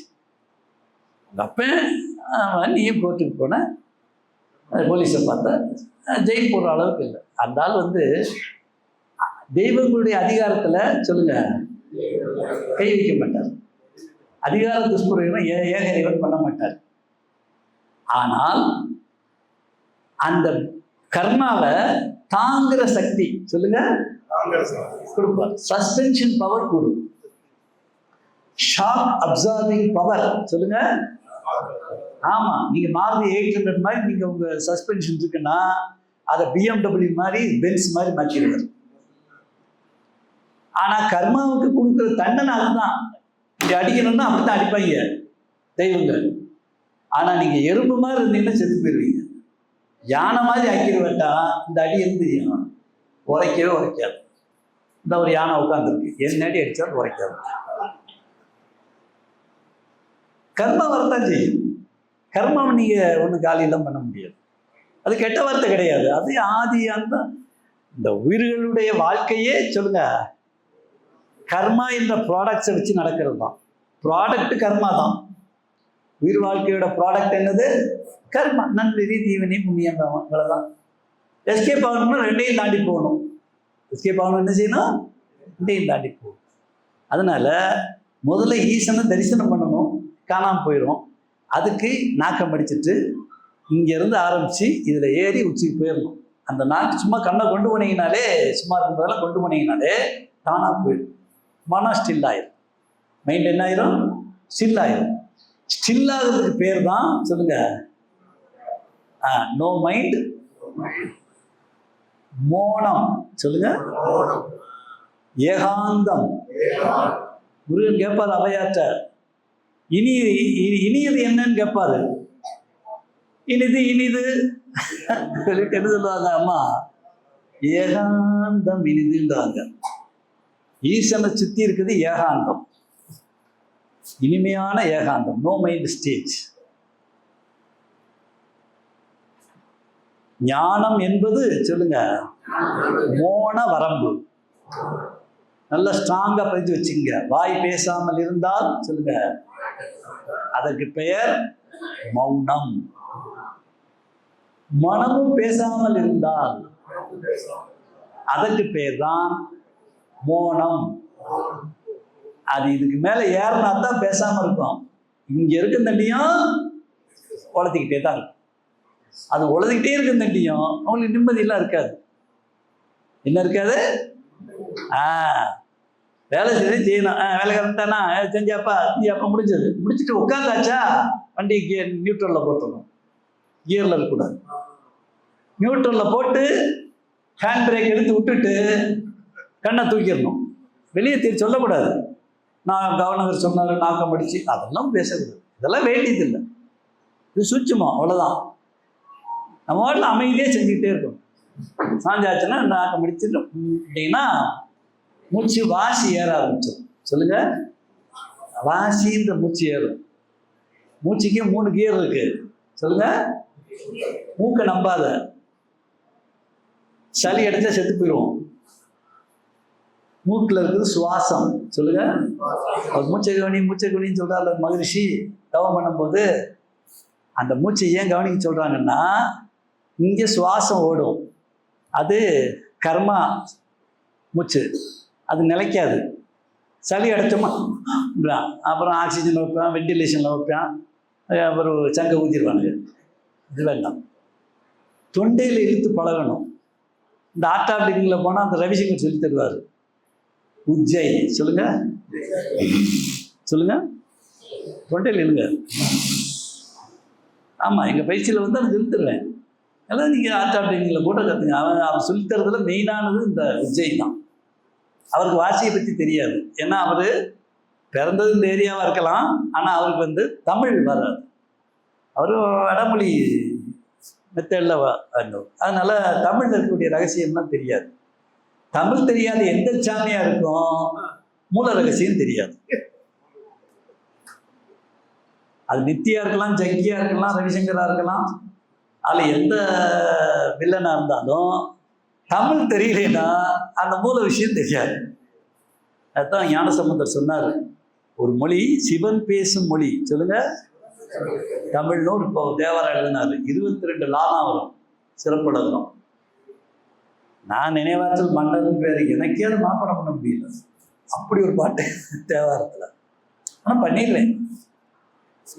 அடிக்கடி லா வரும். இந்த லா கடைசியாக சிவன் பேசும் மொழின்னு முடிப்பார் தமிழ் அப்படின்னு. இந்த ரகசியம் தெரியலன்னா முடியாது. நீங்கள் ஏதோ எங்கள் அப்பா கந்தசாமி அப்பா கூப்பிட்டாருன்னு முருகர் கூப்பிட்டான்னு வந்திருக்கேன். உங்களுக்கு அந்த பிரணவ ரகசியத்தை சொல்கிறேன். ஏதோ வந்தார், பேசினார், போனாரு நிற்காது.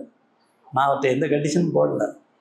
என்னை கூப்பிடுறதுன்னா 1000 கண்டிஷன் இருக்கு, நல்லா தெரிஞ்சுக்கங்க.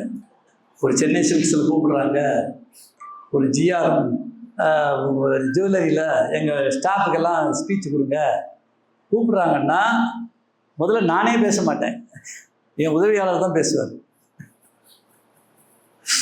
எவ்வளோ கட்டணும்னு சொல்லுவார், எவ்வளோ முன்பணம், எந்த அக்கௌண்ட்டில் கட்டியாச்சுன பிறகு தான் சரி ஐயாட்ட நேரில் பேசுங்க. நாங்கள் அந்த கட்டலைன்னா நேர்லையும் பேச முடியும், நேரில் வந்து பார்க்கவும் முடியாது. எங்கேயும் அங்கதான் திரிவேன். ஆனால் ஈசன் அப்படித்தான், சிம்பிள். சொல்லுங்க, most simple but most complicated.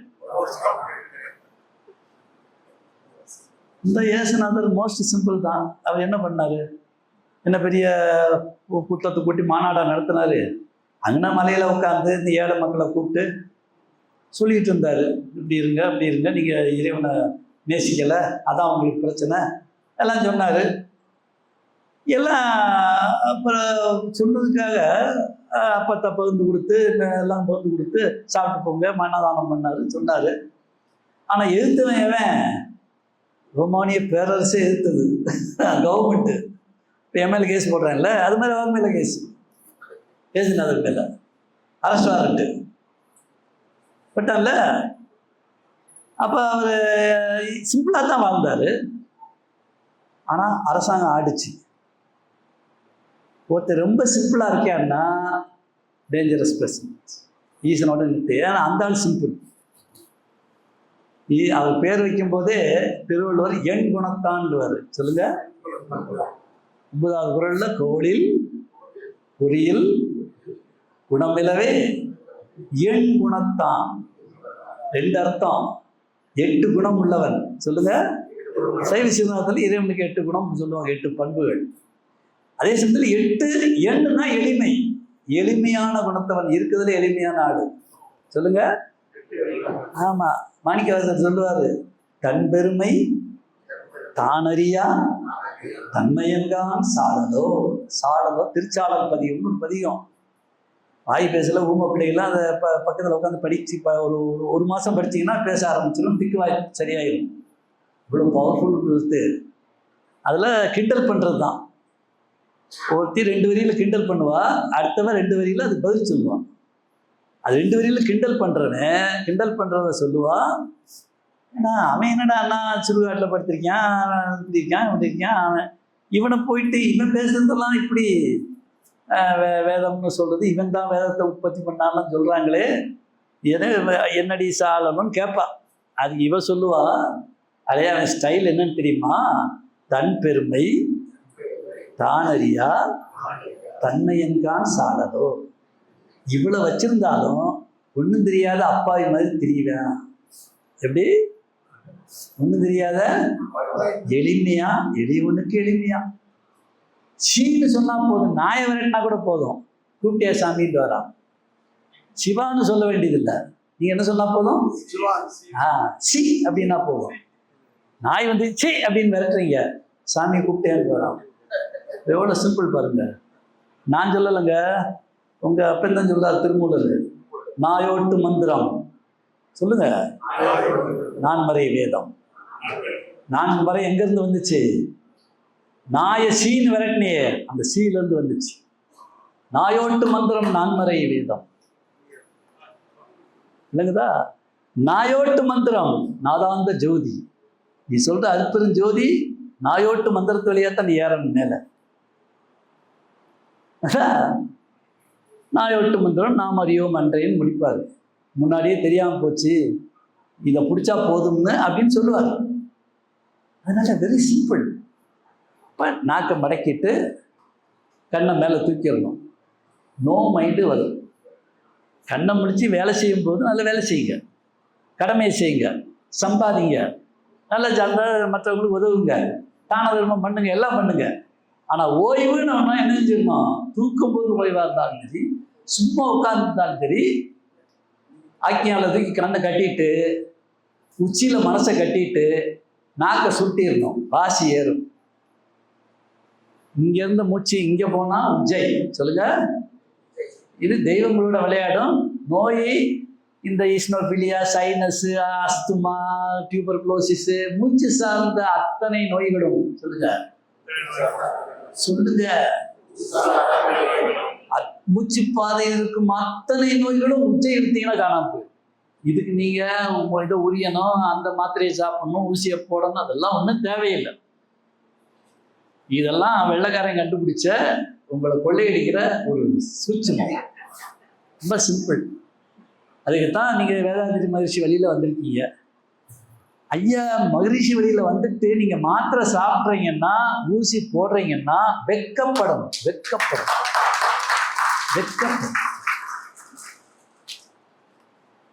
வாங்கி படிங்க, வெற்றி நிச்சயம். காசு இல்லாட்டியும் வாங்கி போங்க, பரவாயில்ல. நீங்க அதுக்கு ஈசன் சொன்னாரு, நான் இலவசமா கொடுத்துறேன்னு. மதிக்க மாட்டான்டா, ஏதோ பேருக்கு ஒரு காசை வாங்கி கொடு. இலவசம்னா நான் ஒரு 4 புத்தகம் வாங்கி போகிற வழியிலேயே பேப்பர் கடையில் போட்டு போயிடலாம். இவங்களை பற்றி உங்களுக்கு தெரியாது. அதனால் அது சொல்லியிருப்பேன், 30 ஆண்டுகள் நீ சம்பாதிச்ச விஷயத்த ஹார்ட்டில் பிளாக் இருக்குன்னு 3 நிமிஷத்தில் அடிச்சு 3 நாளில் பிடிக்கிட்டு விட்டுருவான்.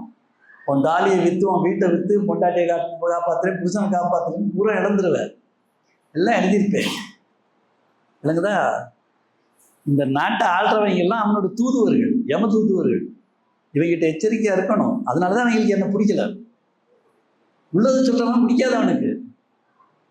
நான் உங்களுக்கு உள்ளதை சொல்றேன்.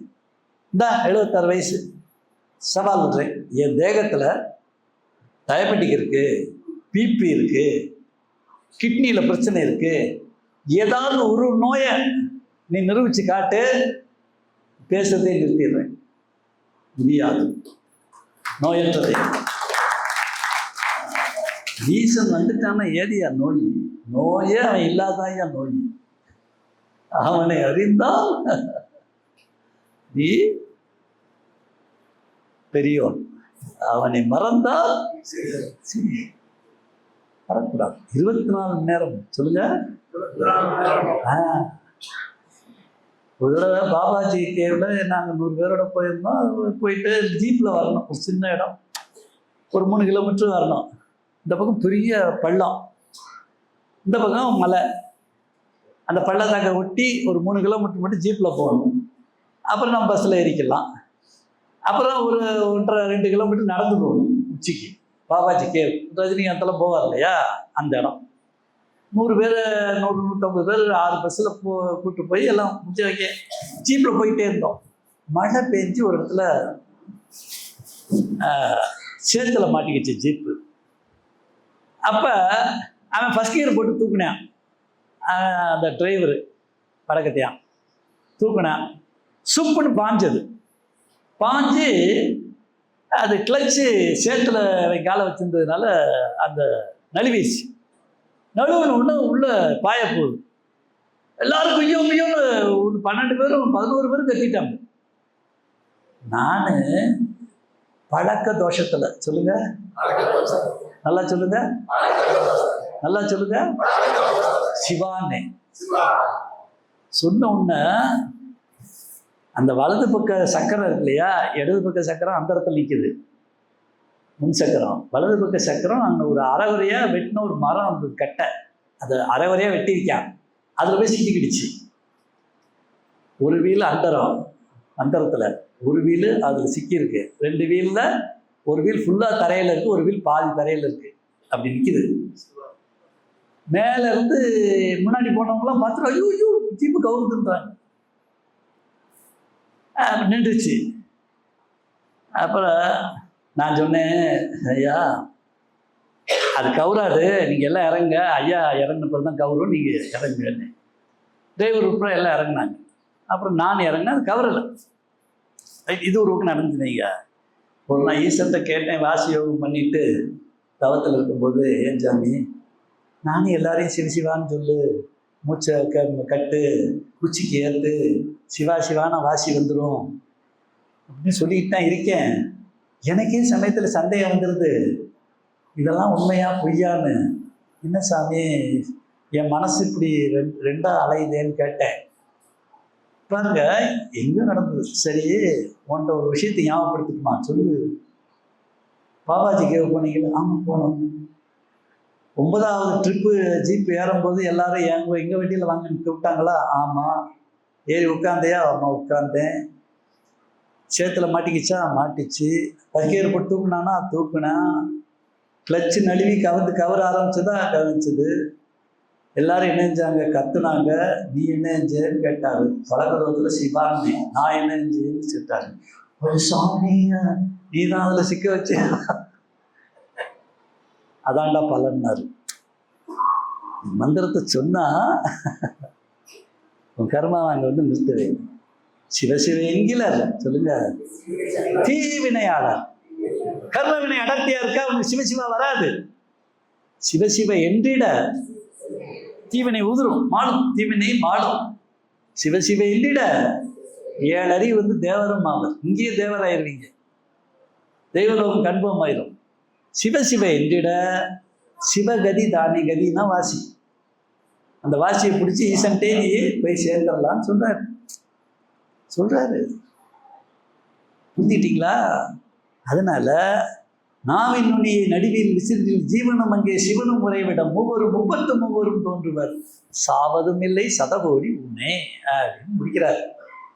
நல்லா ஐயா என்ன சொல்ல விடுறேன்னா, இன்று உங்களுக்கு கனவு என்பது சொல்லுங்க நிரந்தரமானத்தை நோக்கி செல்லுதல். சொல்லுங்க. எல்லாமே நிரந்தரமற்றது. 2 விஷயம் நிரந்தரம். ஒன்று ஈசன். சொல்லுங்க. ஈசன். 2வது இந்த யூனிவர்ஸ். இதுவும் இப்படி இருக்கும், ஈசனும் அப்படி இருப்பார். இந்த 2 நிரந்தரத்தை மட்டும் நம்பிட்டு மற்றெல்லாம் வரும் போகும்ட்டு டேக் இட் ஈஸின்னு எடுத்துங்க. வாசியை ஊதுங்க. நாக்க மடைக்குன்னா வாசி ஊதும். அது ஊதும் போது ஓம் அப்படின்னு எப்படி ஊன்னு போகணும் உள்ள. புரியுதா? அந்த ஊன்னு போச்சுன்னா அந்த அறுத்தடைத்த வாசலை ஓப்பன் பண்ணும். இது அறுத்தடைத்த வாசல் தானே. இங்கேயும் அறுத்தடைத்த வாசல்.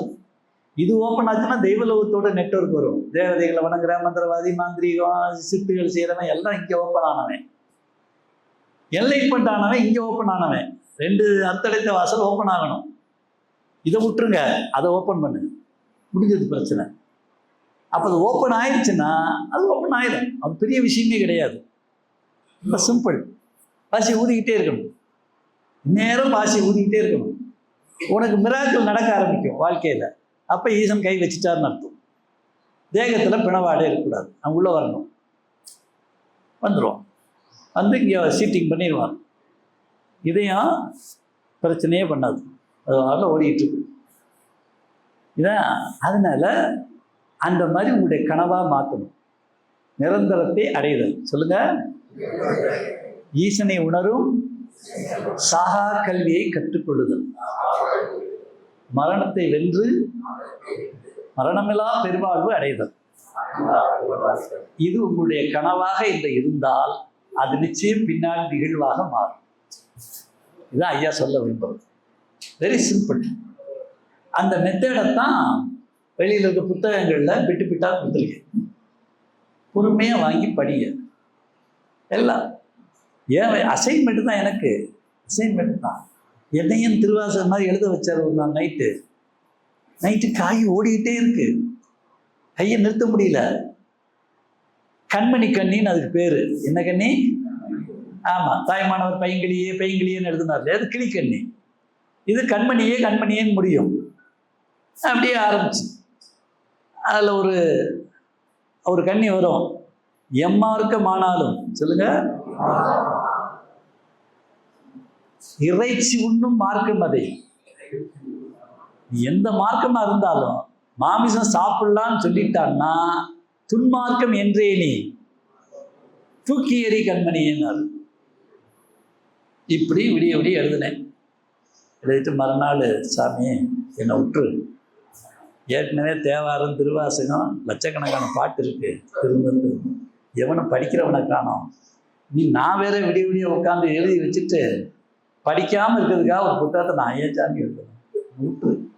அதுக்கு பதிலாக நான் பேசிடுறேன். தெருவா போய் பேசிடுறேன். ஊருக்குலாம் வாக்கி விட்டுறேன்.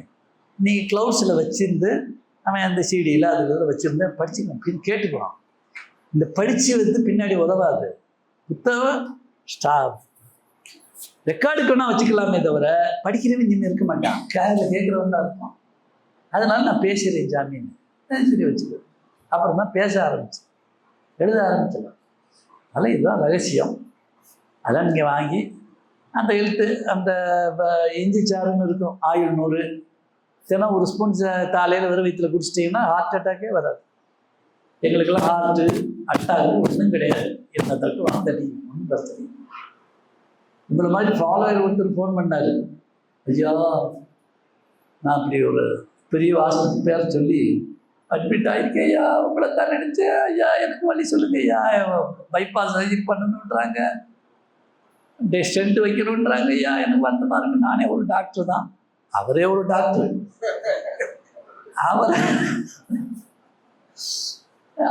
ஆர்ட் ஸ்பெஷலிஸ்ட் சொல்கிறாங்க, நீங்களே ஒரு டாக்டர், நீங்கள் ஸ்டென்ட் வைக்கிறதுக்கும் பைபாஸ் பண்ணுறதுக்கு ஏன் இவ்வளோ யோசிக்கிறீங்க அப்படின்ட்டாரு. அப்புறம் இவர் நம்ம ஃபாலோயர் ஆச்சா இப்படி கேட்டார். சரிங்க ஐயா, நான் எங்கே இருக்கீங்க, நீங்கள் எங்கேயா இருக்கீங்கன்னாரு. நான் இன்றைக்கி தற்செயலாக சென்னைக்கு வந்திருக்கேன், நீங்கள் எங்கே இருக்கீங்க? நான் சென்னையில் தான் ஐயா அட்மிட் ஆகிருக்கேன். சரி பரவாயில்ல, நானும் சென்னையில் இருக்கேன், நீங்களும் சென்னையில் இருக்கீங்க, ஏதோ இறைவன் உங்களுக்கு உதவ சொல்லியிருக்காரு போல். சரி ஆஸ்பத்திரி லொக்கேஷனை எனக்கு உங்கள் மனைவி அனுப்ப சொல்லுங்கள், நான் பார்க்குறேன். பார்த்தேன், அவளை இப்போ தான் எதுனாலும் நேரம் ஐசியூ தானே, உங்களுக்கு காசை புடுங்கிறதா இருந்தால் நேரம் எங்கே கொண்டு போகணும்? திரும்ப திரும்ப சொல்கிறேன், கிட்னி ஃபெயிலியர் சொல்லுங்கள், கேன்சரு, ஹார்ட் அட்டாக்கு, ஸ்ட்ரோக்கு, அத்தனை நோய் பெயர்களும் சொல்லுங்கள். உங்கள் தாலி அறுக்க, காசை புடுங்க, சொத்தை அபகரிக்க செய்த சூழ்ச்சி. நான் தான் முன்னாடி இருக்க உதாரணம், பார்த்துக்க. எச்சரிக்கை, அது எழுதிட்டேன், பட்டவத்திரமா எழுதிட்டேன். அதுக்கு தான் என்னை சூ பண்ணிக்கிட்டே இருக்காங்க. இப்போ எங்கே போனாலும் இந்த விதைச்சிக்கிட்டு இருக்கான், வியாபாரம் டவுன் ஆகுது அப்படின்னு. போனேன், அவரை பார்த்து இப்படி இருக்கு சார் அப்படியா, ஐசியூவில் பார்க்கக்கூடாதுன்னாங்க. அப்புறம் அவர் சொன்னதுனால விட்டாங்க, பார்த்து அப்படியா சார். நான் எதுக்கும் அதை இன்னைக்கு ஈவினிங் அப்புறம் ரெடி ஆகிட்டு இருக்கு பார்க்குறேன் அப்படின்ட்டு அந்த டாக்டர் ஸ்பெஷலிஸ்ட்டு அன்றைக்கி ஆப்ரேட் பண்ண போகிறவர், அவரை போய் பார்க்கலான்ட்டு போனேன். அவங்க வீட்டம்மா கூப்பிட்டு போச்சு, அவர்கிட்ட போய் ரிக்வெஸ்ட் பண்ணி அவருடைய ஏதோ குருகுருன்னு ஏதோ சொல்லியிருக்கணும் வைங்களேன், பார்க்கணுட்டாரு. ஏம்மா அவரையும் நான் பார்த்து என்ன பண்ண போகிறேன், நீங்கள் இல்லை உங்களை பார்க்கணுன்னு சொன்னார். சரி வர சொல்லு. நான் வழக்கமாக தலையில் டர்பன்லாம் வச்சு, நீங்கள் கவனகர் கர்ஜனைன்னு யூடியூப் எத்தனை பேர் பார்க்குறீங்க? கவனகர் கர்ஜனை இவ்வளோ நான் 4 பேர் தான் இருக்கீங்க. போடுங்க, KAVANAGARனு போடுங்க. கவனம் 1000 எபிசோடு இருக்குது, பூரா மூல ரகசியம்தான். ஓப்பன் பண்ணி சப்ஸ்கிரைப் பண்ணி வச்சுக்கோங்க, பாருங்க. நீங்கதா நல்லா தெரிஞ்சுக்குங்க. உள்ளே போனேன், உள்ளே போனால் மப்டியில் தான் போனேன். இந்த மாதிரி வீடை வச்சுக்கிட்டு துண்டு கிண்டெல்லாம் அப்படி இப்படிலாம் அந்த ஜோடையெல்லாம் போகல, இயல்பாக போனேன். உள்ளே போய் வணக்கம் சொல்லுங்கள். இல்லை அவருக்கு இந்த பைபாஸு ஸ்டென்ட்டுன்னு சொன்னாங்க. ஆமாங்க, அது 2-3 இடத்துல அடைப்பு இருக்குது, அது இப்போ உடனே செஞ்சால் தான் இல்லாட்டி அது இதாயிரும். பற்றி என்ன சொல்லியிருக்கேன்னா, இல்லை ஏற்பாடு ஆகிட்டு இருக்கேன் அப்படின்னாரு. இல்லைங்க அவர் டாக்டர் தான், அதனால் அது இல்லாமல் ஏதாவது செய்ய வாய்ப்பு இருக்கான்னு கொஞ்சம் பார்த்தா நல்லதுன்னாரு. அப்படி பார்த்துக்கிட்டே இருந்தார். நீங்கள் அந்த கவர்னரா அப்படின்னாரு. ஆமாம் நான் தான் கவர்னர். ஐயா நீங்களா எடுத்து விட்டார், கையை பிடிச்சிட்டாரு. டாக்டர் பேர் வெற்றி செல்வன். அவர் கையை பிடிச்சிட்டாரு. என்ன ஐயா, நானே உங்கள் ஃபாலோ இருந்தாயா, நான் இச்சிச்சாரெலாம் குடிச்சிட்டு இருக்கேன், நான் அதெல்லாம் பண்ணிக்கிட மாட்டேன்.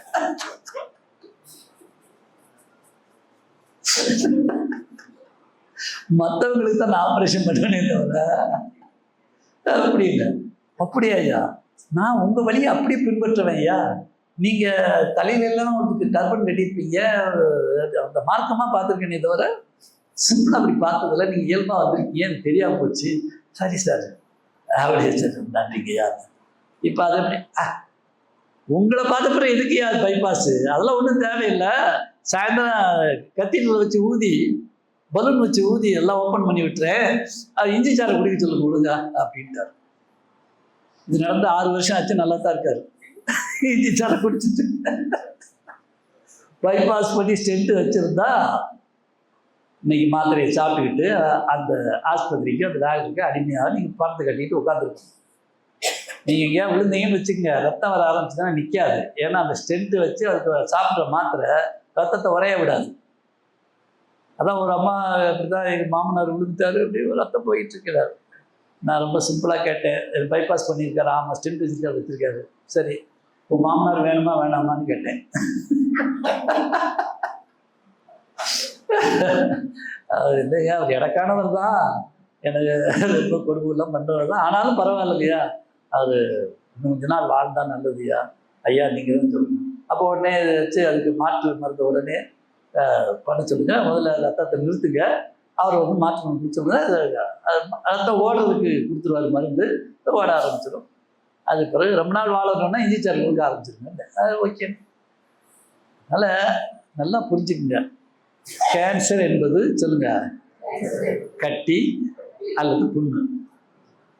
வெளியில் கட்டி வருதா இல்லையா, அந்த கட்டியெல்லாம் போயிடுச்சா போகலையா, புண்ணு வந்துச்சா இல்லையா, ஆச்சா ஆறலையா சொல்லுங்க. கட்டி என்றால் சொல்லுங்க கரையும், புண் என்றால் ஆறும். கேன்சர் முடிஞ்சது. நாங்களாம் அப்படித்தான், கட்டினா கரையும், புண்ணுனா ஆறும். வெளியே வர வேண்டிய கட்டி எங்கே வந்துருச்சு, உள்ளே வந்துருச்சு. அதுக்கு பிரஸ்ட் கேன்சரு, யூட்ரஸ் கேன்சரு, அந்த கேன்சர், இந்த பேர் வச்சுட்டாங்க. ஒன்றா அறுக்குறாங்க, ஒன்று தாலியாக அறுக்குறாங்க. புண்ணுன்னா ஆறும். ஆனால் அதை அப்படி விடக்கூடாது. ஹோமியோபதி மகரிஷி 2 நிமிடம் தான் வச்சுருந்தாரு, சித்த வைத்தியம் ஹோமியோபதி. எங்கள் ஐயா பாதம் பணிந்து வணங்குகிறேன். நேச்சுரோபதி, சித்த வைத்தியம், மூலிகை வைத்தியம், தெரப்பீஸ். நேச்சுரோபதி தெரப்பீஸ் அழகாக வச்சுருக்கு.